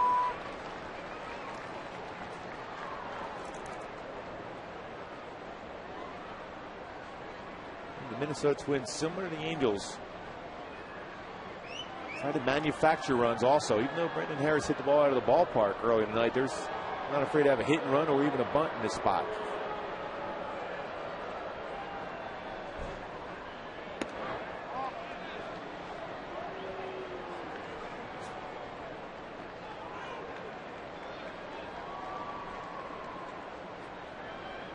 Two balls and a strike now on Brendan Harris.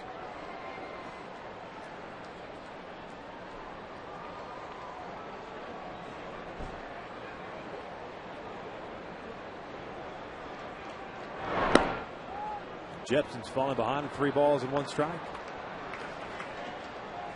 Boy, in the way the Twins bullpen has pitched so far in the series, you don't want to fall too far behind here, so you got to go out there and challenge him with the fastball. Hopefully get a ground ball at an infielder. Saw Kevin on opening day, went 1 inning, 2 hits and a strikeout.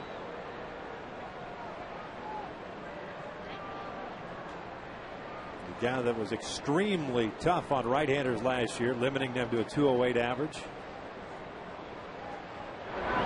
And he lost him. So back-to-back walks to the 8th and 9th place hitters here in the 7th. Spins the lineup back to the top.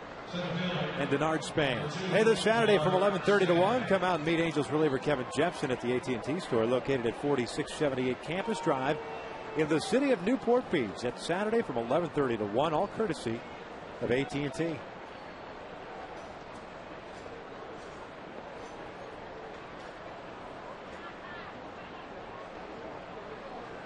Denard Span 0 for 3. This one bunting. Bunts it foul off the leg of Mathis, and it's 0-1. Span didn't square around on that bunt attempt. Just kind of try to push it to the third baseline. And that spot, when you're up there to sacrifice, you got to square your body around, put the bat out there and play catch with the bat and put it in play.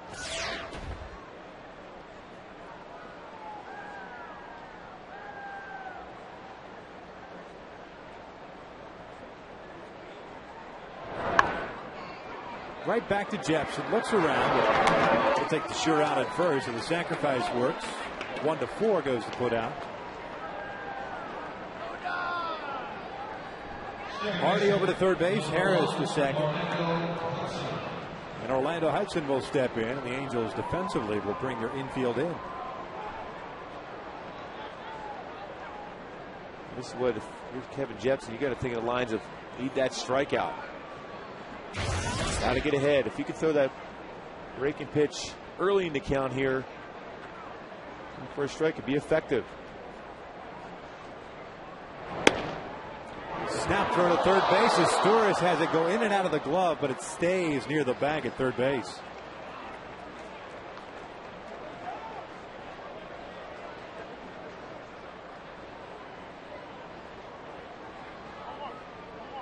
Not a bad idea with a left-handed batter in the box. A free look down to third base. That way you shorten up secondary lead for J.J. Hardy, so he can't score as easily if the ball is hitting the infield. Hudson on the ground, right to Kedrick. Nice job knocking it down. 2 outs. You see the Angels with the contact play on often in that situation, but because of that quick throw by Mathis, shorten up Hardy's lead. How he's able to keep that ball in front of him, get the out. No run across. So 2 outs now. Runners still at second and third. Infield back to normal depth for Joe Mauer, who has a double, a ground out, and a walk. A 1-for-2 night.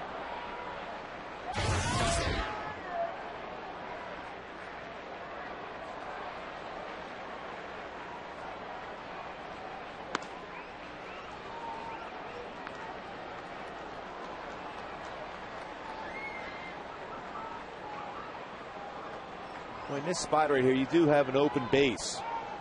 Granted, Dustin Morneau is on deck. Make sure you get Joe Mauer to swing at something off the strike zone, preferably on the outside part of the plate.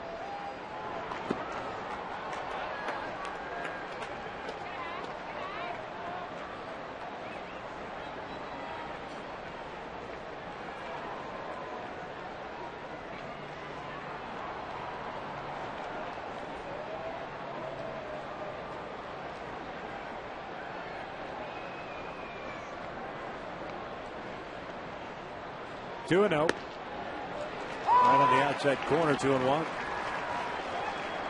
It's one of those situations that so often you get lineups with guys like Mauer and Morneau where you try to break up the left-handers, but try to avoid the situation with the bullpen. Just kind of pick your poison. With first base open, it's tough. With Mauer or Morneau. Both former MVPs. On the ground at third. Asturias across the ground. Second machine is Kendry Morales. Nice job by Kendry, and a nice job by Jepson to get back into it. 7th inning stretch time, Gooby. You gotta like it. Boy, that was not an easy play for Meister. That was off the end of the bat, hit hard by Mauer, but a great pick by Morales at first to keep it 3-1.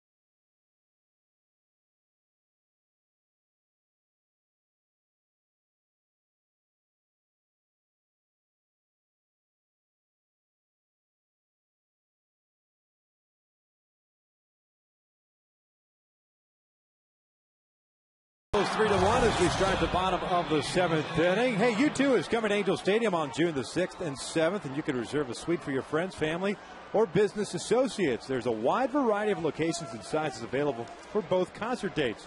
For more information or reserve your U2 suite, call 714-940-2094 today. Top of the order, Eric Ibar facing the new chucker for the Twins. Jose Majares taking over for Pat Neshek. Good fastball. 90-93, 71 games last year. Great ERA, 2.34 and a 2-2 record. Also has a curveball and a slider. Gave up the back-to-back home runs to Hideki Matsui, Kendry Morales in the 8th inning of Monday night's contest. Ibar fouling that one back, and it's quickly 0-2. Ibar with a strikeout, a pop-up, and a walk, so he's 0-2.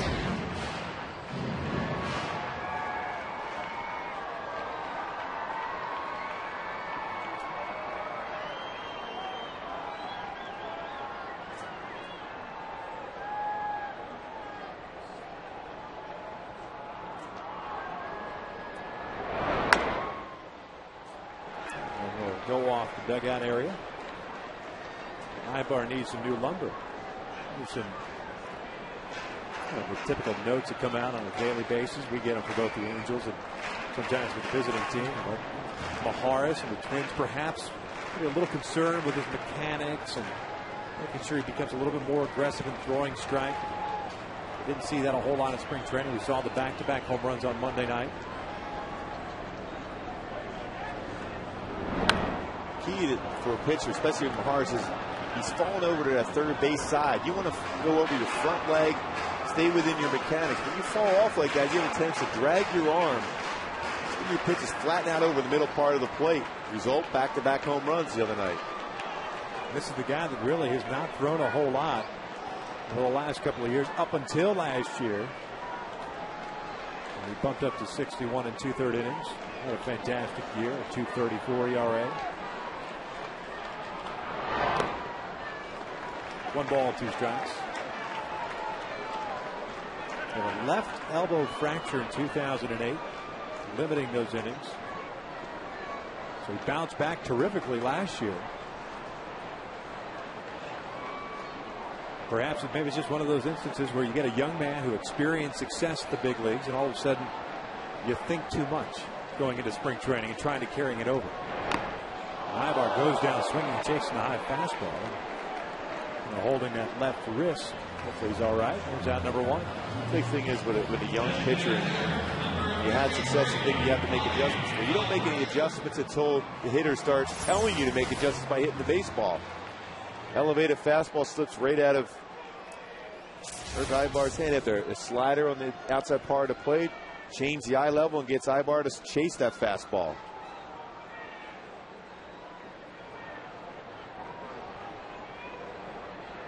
So Bobby steps in. He's 1 for 3. Had a single at the first. Pretty good breaking ball. Yeah, you see Bobby Abreu react that often to a pitch like that. He thought it was going to hit him, and it came back and got the inside corner. Sweeping slider.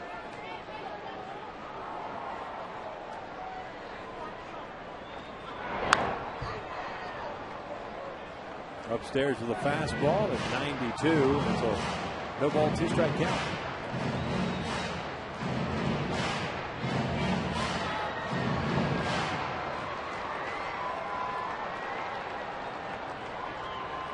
Pat Neshek went 2/3 of an inning. Goose eggs on the board. Majares, the third pitcher now for Minnesota. Slowly giving up a run. It was earned in 5 1/3.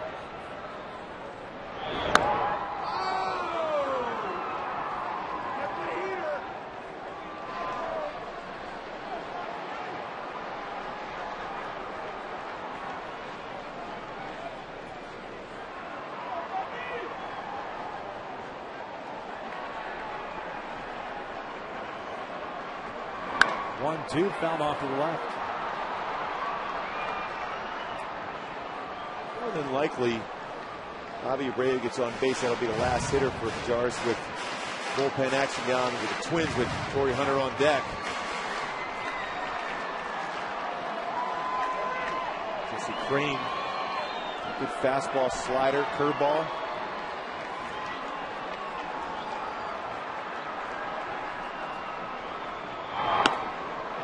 So tempting right there when he little spinner at 80 miles an hour. You saw Bobby locking and loading, but laid off of it.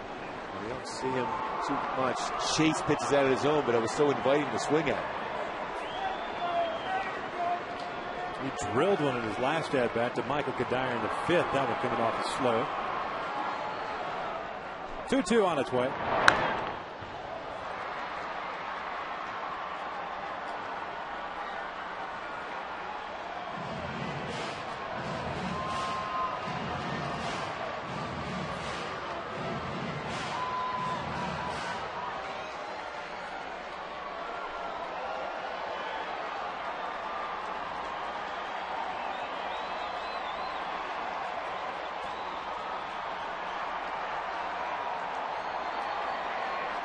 Mahar's a little deliberate. 2-2. That's skied out to left center field, chasing Denard Span back. It'll stay in the yard. There's out number 2.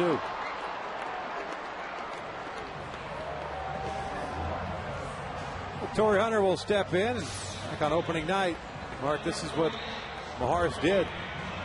The pitches that he didn't locate exactly where he wanted. The elbow dropped just enough. Matsui hits that one out to right center field, and Kenny Morales turned on that fastball on the inside part of the plate, hit right down the left field line for a home run.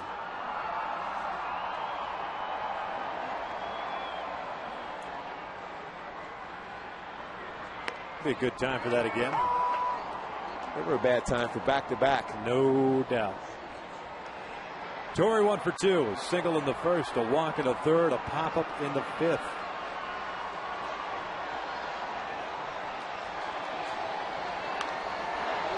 Foul back.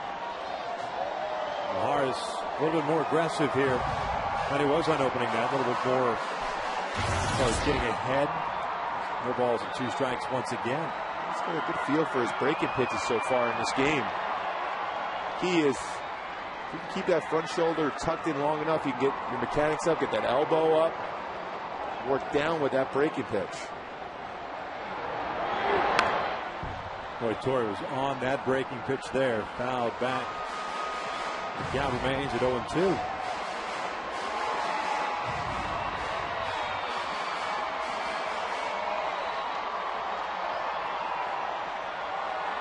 Morris got Ibar to swing in the fastball up in the strike zone ahead of the count here. He's got to be leery about that elevated fastball.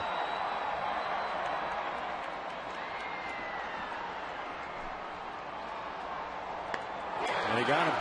A 1-2-3 inning, including a couple of strikeouts. 7 complete. Angels still trail the Twins.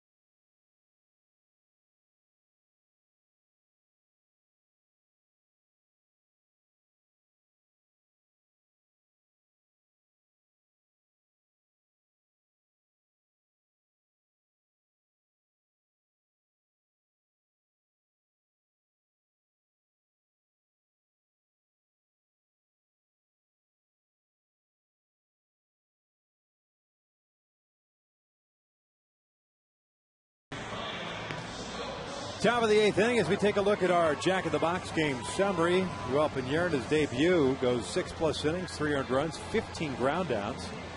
The Twins scoring all 3 of the runs in the 5th inning, including a Brendan Harris home run, and the Angels 0 for 9 so far with men in scoring position. I think that's the big storyline. 0 for 9 with men in scoring position for the Halos. They've had some opportunities.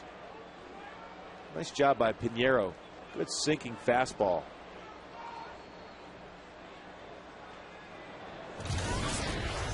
Four, 5, and 6 due up for the Twins here in the 8th. Morneau takes a strike on the outside corner from New Angels Chucker, and that is Brian Stokes. 69 games last year with the New York Mets.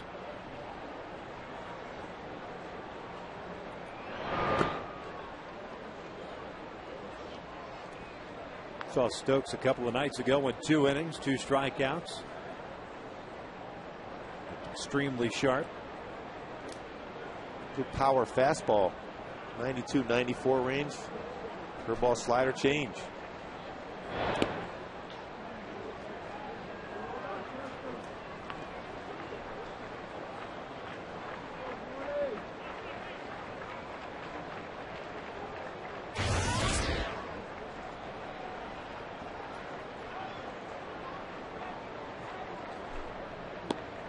Morneau lays off, and it's 3 balls and a strike. Twins first baseman 0 for 3. Had a strikeout in the first. A couple of ground outs.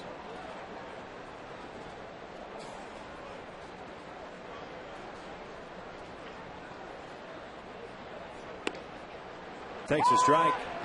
Morneau thought perhaps that pitch was a little bit down.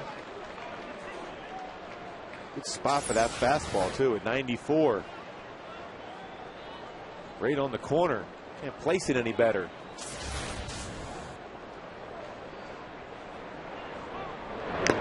Oh, in and out of the glove of Mathis.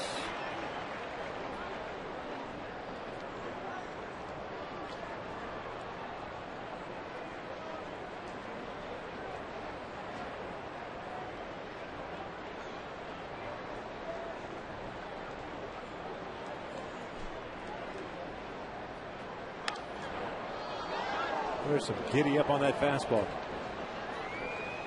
Well, it's amazing. Good life, too, at the end when it's crossing the strike zone. Late movement, that's what you want to have a fastball.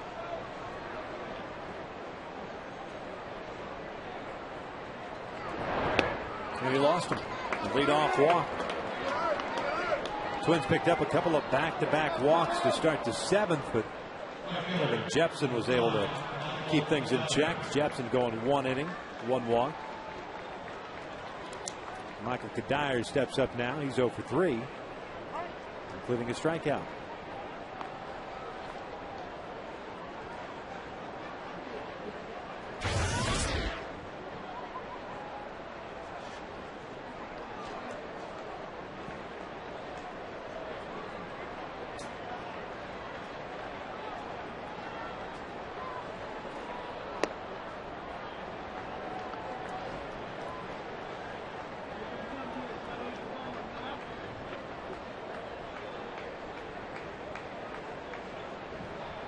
Now this one's a fastball on the outside part of the plate here. Through on the left side, and a base hit for Kadire. Puts runners at first and second base.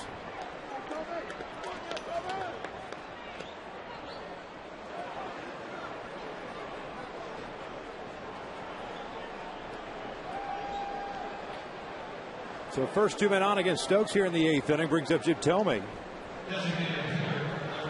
6th hit of the night for Minnesota.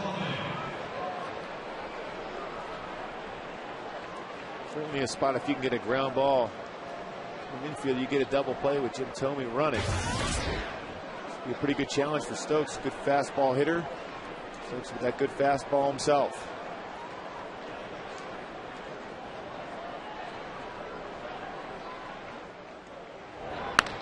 Thome out to right field.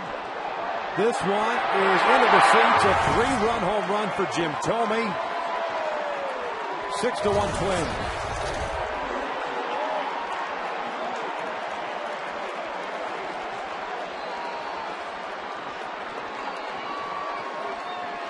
This Minnesota Twins team showing just a ton of power early on in the season. Any mistake at all, they've made Angel pitchers pay for it. Fastball. Down the middle, down, but right in the middle part of the plate. Reason why he has 560 of them with a swing like that. First blemish. The Angels relievers, little broken bat flare down the right field line, but foul off the bat of Jason Kubel.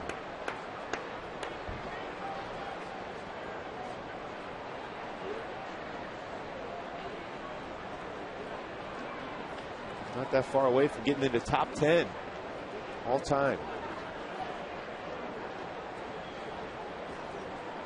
You can see how quick that bat is.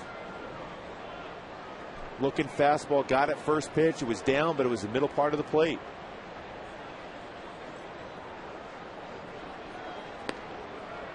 Off-speed pitch catches the corner. Deflating blow off the bat of Jim Thome.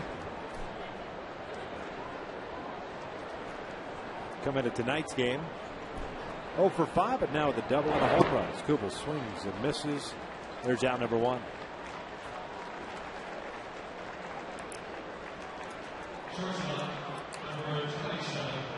See how quick Thome still is. Fastball down. How quick that bat was. Getting it through the zone, squaring up the baseball and hitting it out.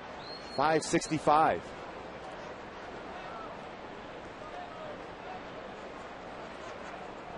So J.J. Hardy up now. Take that breaking ball low. He's 0 for 2. Drew a walk. Laid things off in the 7th.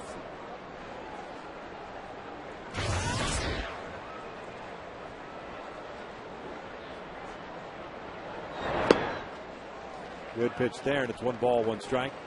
Angels relievers had come into tonight's game. Granted, it's only been 3 games, but you like the fact that they've thrown shutout baseball. No runs allowed. Fastball is up and in. 8 home runs now in the season for the Twins. And they're swinging the bats exceptionally well. And you mentioned the bullpen's been outstanding. Eventually, you make a mistake like that, and when you make one to a guy that's, in my opinion, on the way to the Hall of Fame, that's what happens. High bar to his left, can't handle it. Underneath the glove, Hardy is on board.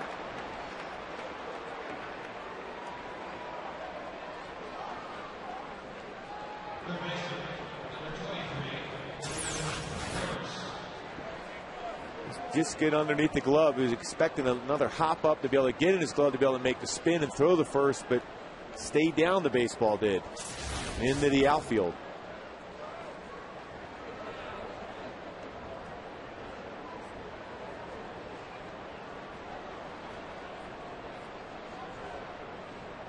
So Harris steps in, 1 for 2. Had that 2-run home run in the the 5th inning.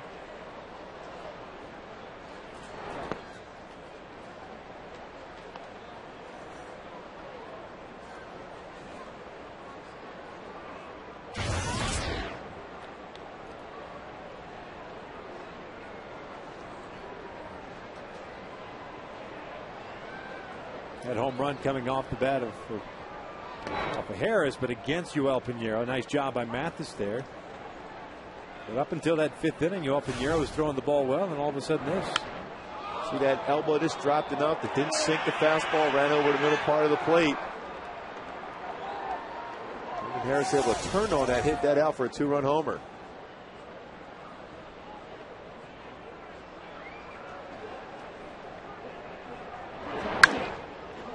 This one will find its way to the seats. It's 2 balls and a strike.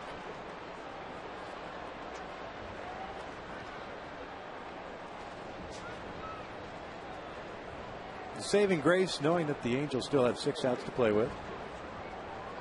He certainly had many of opportunities in this game. He's got to cash in on some of them.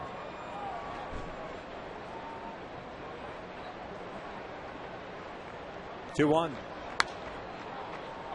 2-2 now.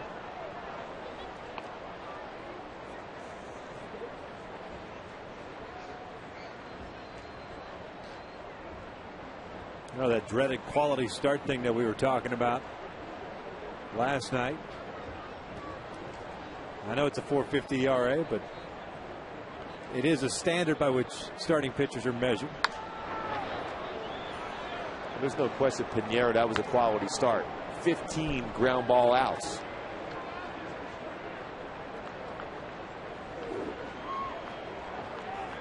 Irvin Santana gave up 4 runs in his 6 innings last night. Joe Saunders 5 runs in his 5 innings back on Tuesday night. Jared Weaver 3 runs in his 6. As Harris goes down swinging, there's out number 2.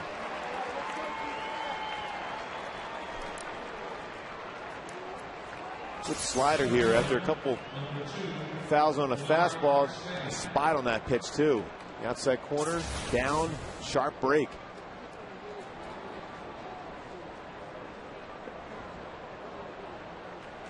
Denard Span up now with 2 outs and a man on. He's 0 for 3 with a sac bunt.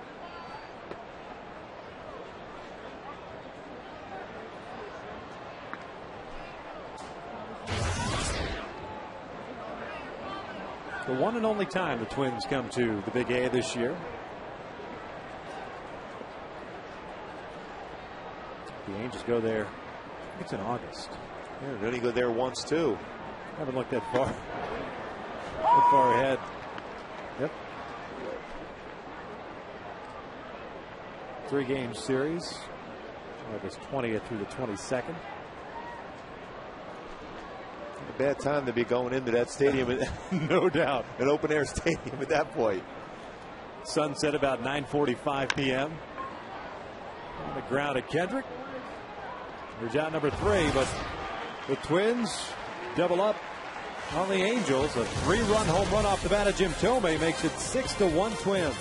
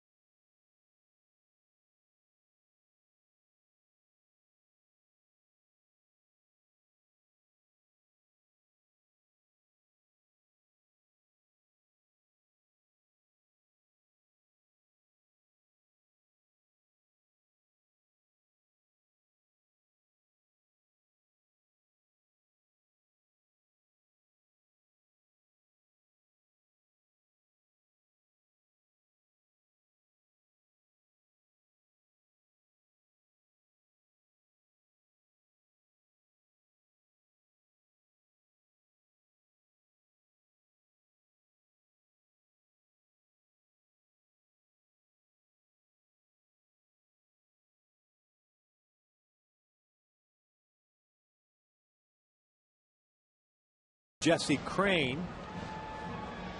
56 games last year, 7-4 record, good ERA.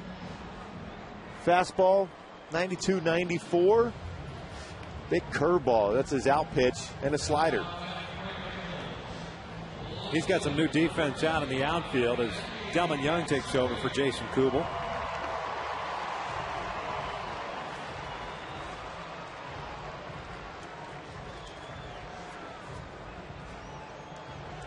Here in the 8th, it'll be Matsui, Morales, and Rivera against Crane.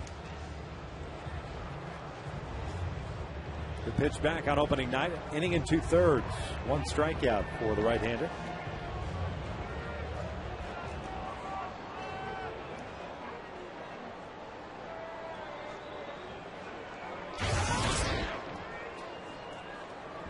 Matsui tonight 0 for 3, a fly ball to right, a strikeout, and a ground out.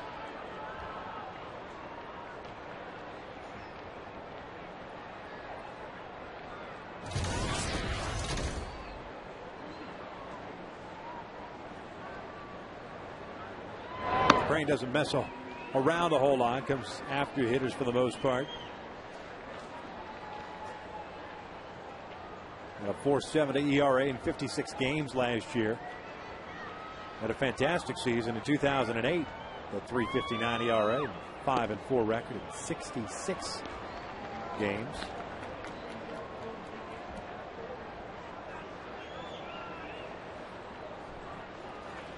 Just 28 years of age.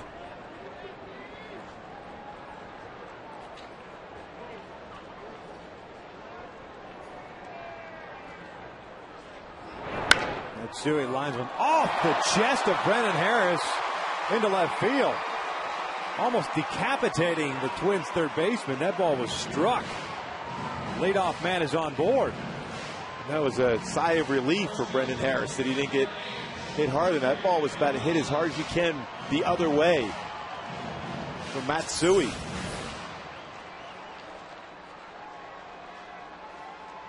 Well, you talking about a rocket the opposite way.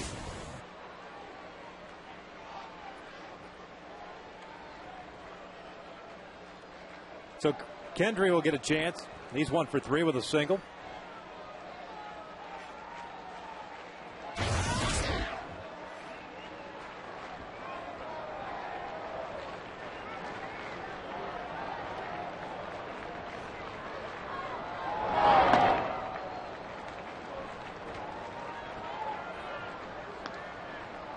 Interesting to see how the bullpen works out or shapes up for the Minnesota Twins tonight, with John Roush, the closer, having gone back-to-back games. Same for Matt Guerrero.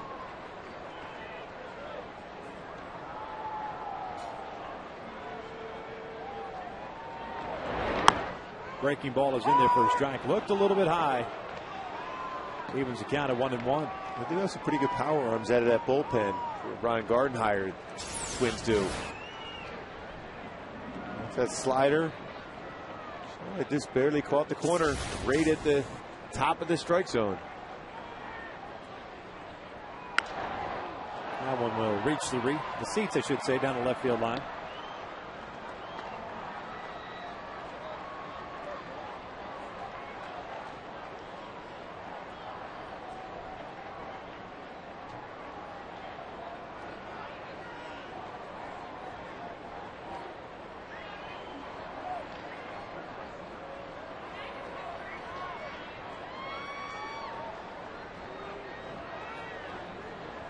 One-two to Kendry. Breaking ball, got him.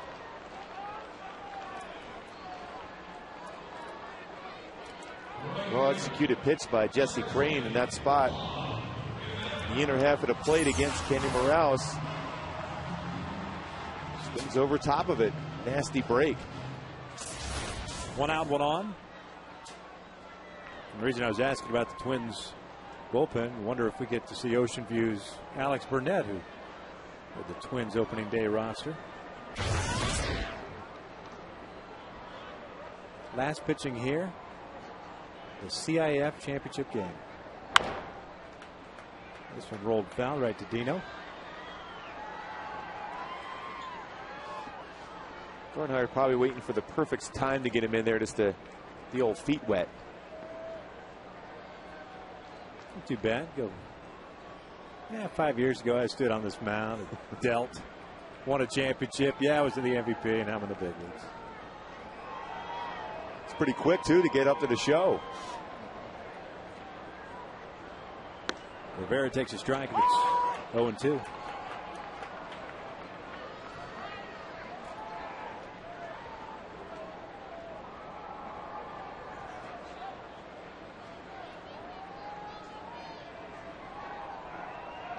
Juan 1 for 3, had a single with a run scored in the second.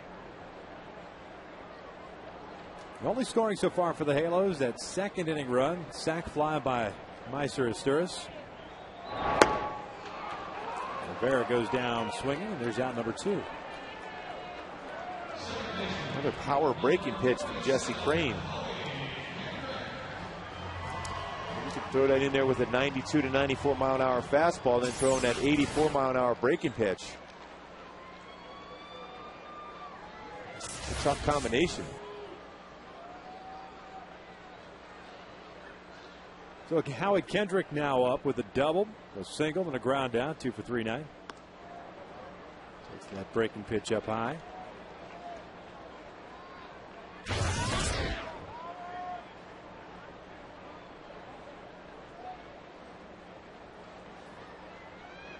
Who do you think Burnett's in the bullpen kind of talking to? Who's taking him under his wing with the Twins? Because, I mean, they're all relatively young guys. Kendrick shoots one foul. Nice play there. That's why you bring the glove to the ballpark. Pretty excited about it, too. Good souvenir. There he is. Well, right now, he's not looking like he's talking to anybody. But when you're young, you're trying to grab anybody you can to talk to. You're a little nervous. Trying to get some information as much as possible. Up and in. 2-1 now.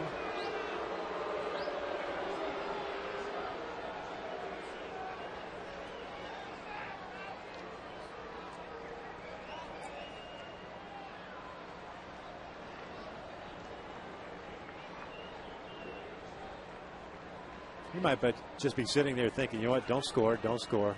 Maybe I'll get a little taste in the 9th. Certainly have a shot at this particular point to get in there. The score stays the same. But I think right now he'd probably just assume, hey, let's somebody else get in there. At home, all that stress. Believe me, it was no fun my first time pitching close to home in Baltimore. I didn't have a whole lot of success. I'm trying to throw the ball through the catcher. Yeah. You have the butterflies going. Probably just assume get his debut somewhere else instead of home.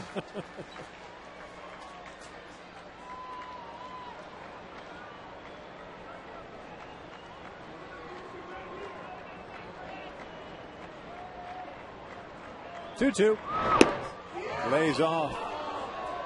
And a full count now with 2 outs. Matsui at first base will be off at the pitch.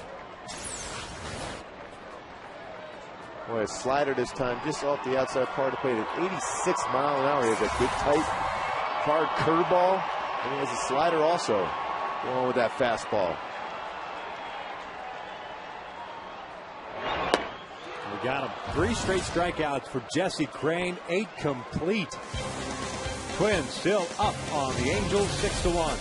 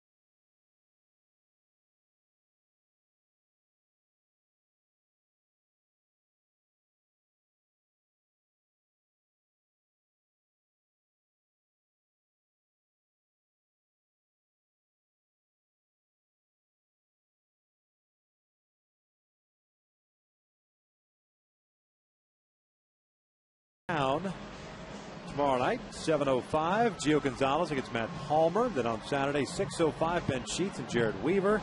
Those 2 games on Fox Sports West. Then on Sunday, back here on May 13th, 12:35 start.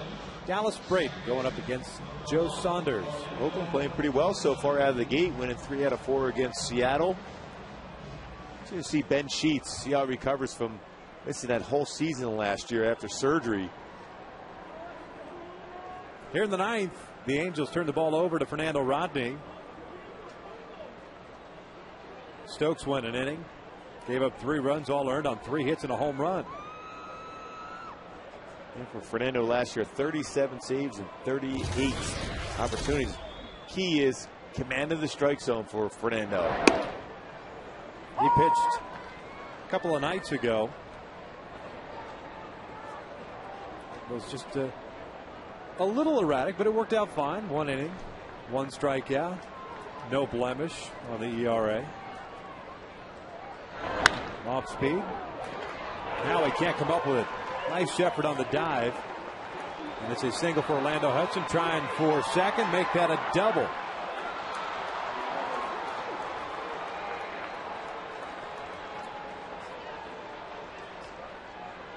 Now you wonder if he's hurt.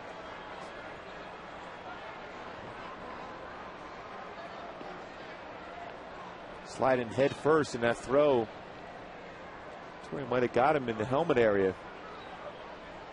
At least a tag.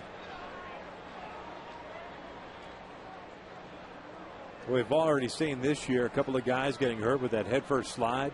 Alex Gordon of the Royals, Coco Crisp of the Oakland A's.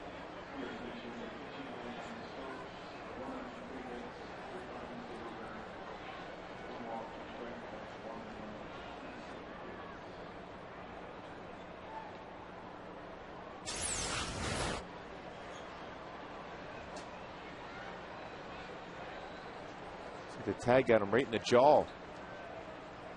Zybar tried to scoop and make that tag all in the same motion.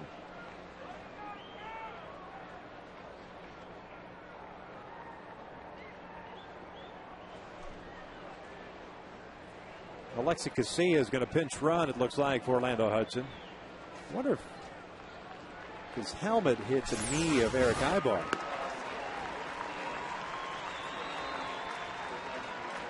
Boom. Yeah, you see it in that better angle. This one hits him right on that left knee. Aggressive base running too for Hudson. Get into position to beat it. Go for a double. Just a ground ball off the glove. The diving effort for Howie Kendrick. Never slowed down.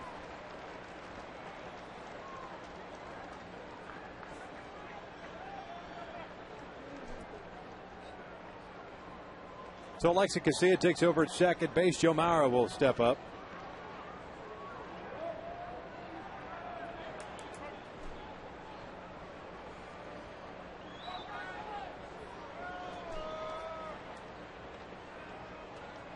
Mauer has a double in this one and lines on the left field at base hit. Casilla can fly. He's going to score, and it's 7-1 Twins.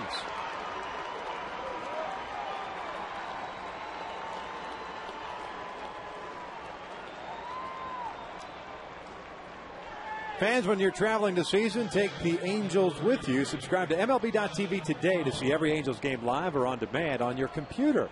Visit angelsbaseball.com to order and get more details. MLB.tv, baseball everywhere. So back-to-back hits for the Twins to start the ninth.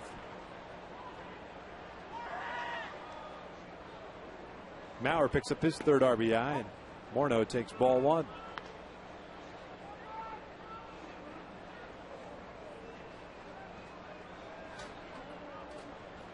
Morneau 0 for 3. Had a walk and a run scored in the eighth.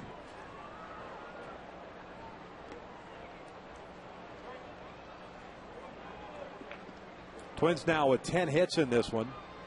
They've stranded 7. The Angels 8 hits. They've stranded 9.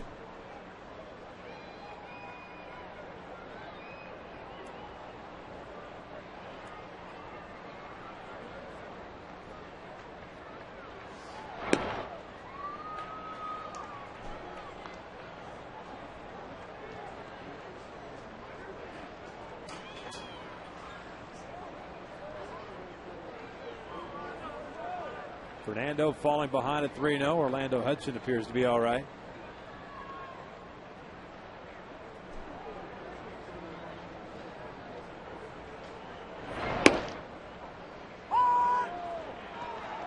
It's a 3-0 pitch in the neighborhood. Seems to be called a strike often. Fastball in. Got the corner.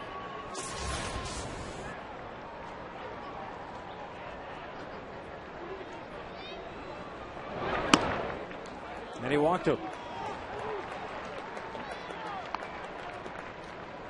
So Fernando with a double to Hudson, the single to Maurer that brought home a run, and now a walk to Morneau.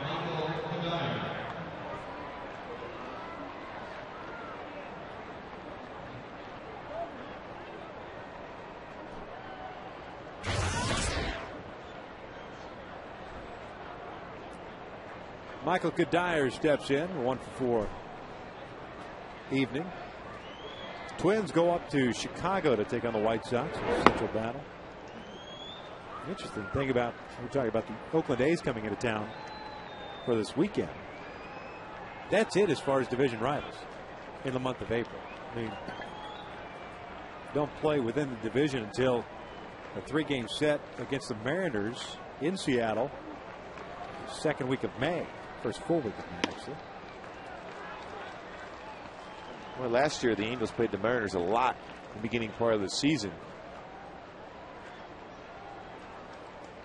Schedules, there's always complaints about the unbalanced schedule. There's no question about that.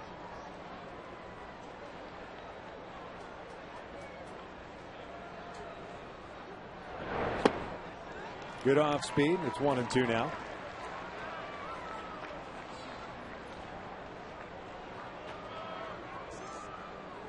There's Joe Mauer with the RBI single here in the ninth. He's at second base. Justin Morneau drew the walk. He's at first. Mentioned earlier, the Rangers lost to the Blue Jays 3-1. Tigers beat the Royals 7-3.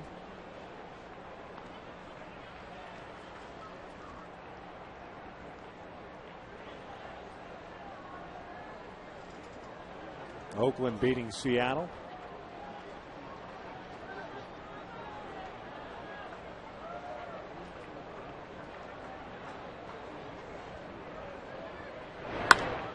Dyer into the seats.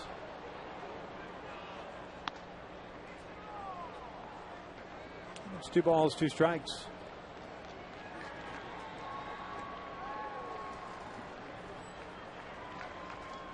Indians beat the White Sox 5-3. They got a good start out of Fausto Carmona, even though threw some walks. He actually threw the ball well in spring training. Make an impact for them this year. It's another guy with that power sinker. Down goes Cuddyer on the high fastball, and there's out number 1. After this road trip to kick off the season, the Twins return back to their new ballpark, Target Field. HOK design. They had a couple of exhibition games there against the St. Louis Cardinals prior to coming to Anaheim. It's just over 39,000, if I remember correctly. Yep, 39,504. You think they lose an advantage from the Metrodome? You know, I talked to a couple of guys on the Twins about that, and they said no. I mean, their approach is going to be exactly the same. But as a visiting player coming into that stadium, I always felt they had a huge advantage. See the ball much better because of that roof for the home team. They utilized the way their approach, hitting the ball on the ground. And that turf was super fast initially. Then when they had that field turf in there, a little bit better as far as getting ground ball outs. But of course, then you hear the stories about the air conditioning being turned on at certain times of the game. Can't happen now. Nope, not anymore. Well, they can ask for winds to come in there from Mother Nature. We got to carry over the PA. No smoking at Target Field. How do you do that now? It doesn't sound the same way. No. We'll bring Ken Herbeck in there to make sure he tell everybody not to do that. Well, I'm sure they'll still have the Ken Herbeck walleye fishing lure night, which is huge in Minneapolis. Morales will take it himself, and Tomey's retired. I kid you not, they had walleye fishing lure brought to you by Ken Herbeck a couple of years ago. The fans were wrapped around the Metrodome. They couldn't wait to get in there. He's some kind of character. And Herbeck was a special player, but boy, the fans just took to him. He was a great, great guy.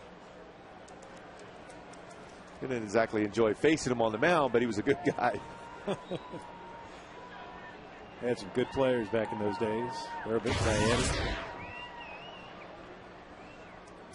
Bernansky, Puckett.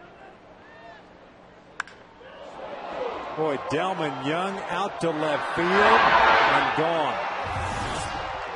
10-1 Twins. We said it the other night. Delman Young looks like a man possessed. He looks a lot different than he has over the last couple of seasons. Well, he is in such good shape this year. Lost a lot of weight, quicker bat. And he's doing some damage to that baseball.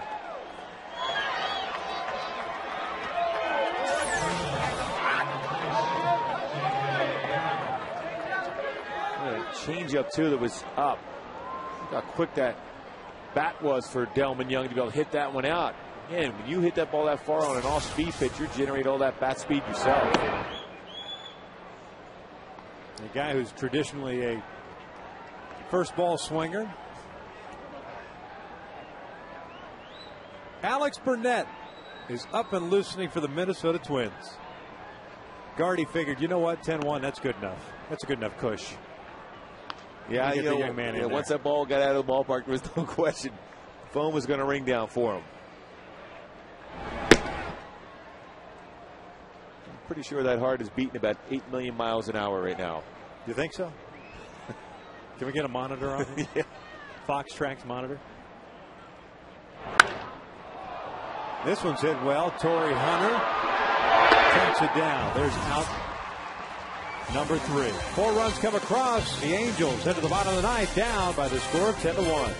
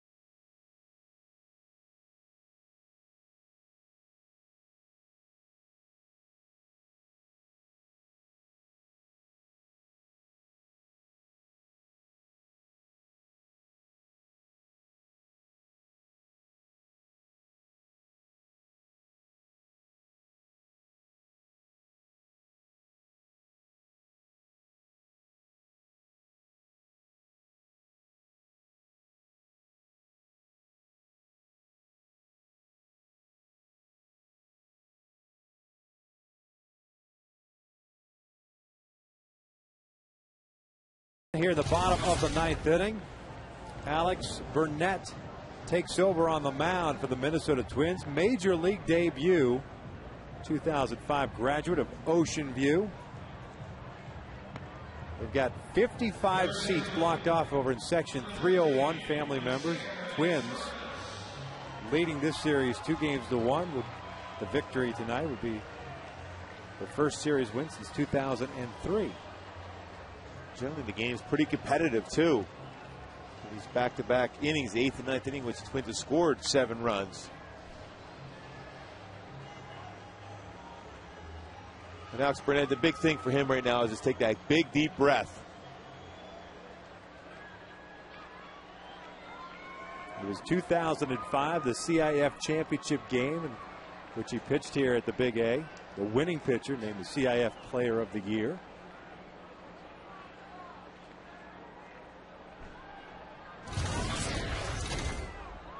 Alexi Casilla, by the way, stays in the game at second base. He was a pinch runner for Orlando Hudson.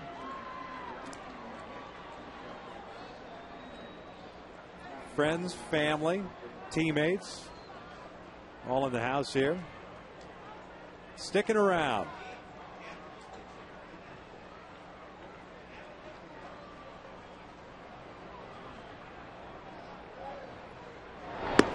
Steers takes a strike, and it's 1-1.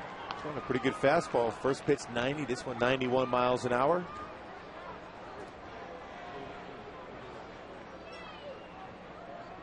He wore number 73 in spring training. The Steers skies one to left. Delman Young is there. Get to the big leagues.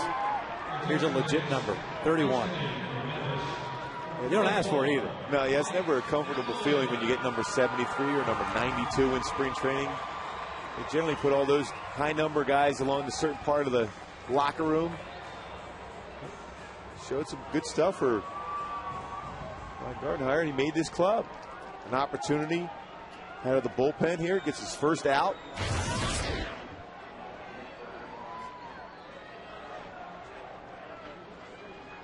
4 innings in spring training. Mike Napoli pinch hits here for Jeff Mathis.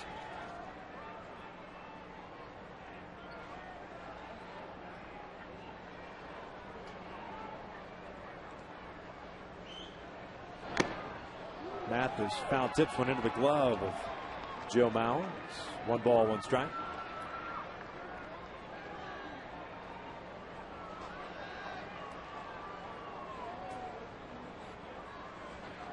Napoli got the start last night, was 1 for 4 with an RBI single. A pretty good curveball. 77-mile-an-hour curveball after a 90-91-mile-an-hour fastball.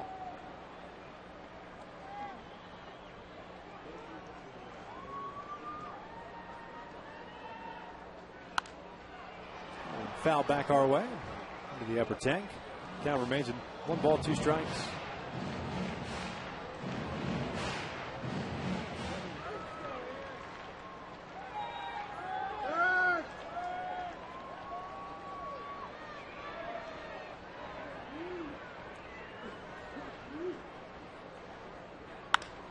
Out to right field and hit well. Kadire back. Stepping out of the track, hauls it in for out number 2.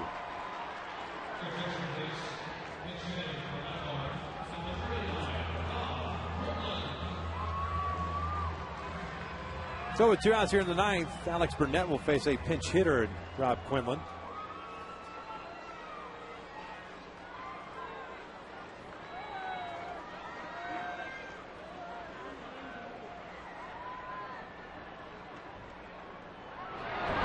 Quinlan swings and misses on the first pitch, and it's 0-1.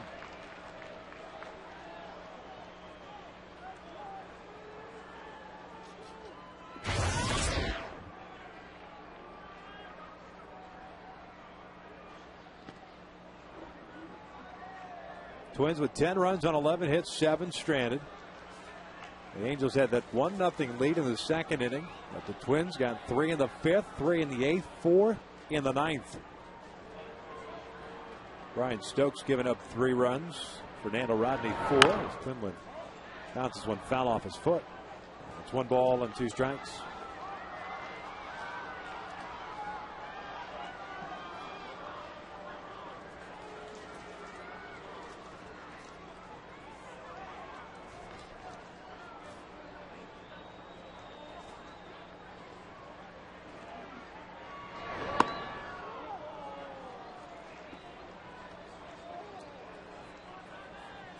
Has that very traditional, easy, fluid motion, doesn't he? Not a lot of wasted energy. No. Staying within his mechanics. Breaking ball got him, and that's how this game ends. Alex Burnett, his major league debut, sets the Angels down in order in the 9th.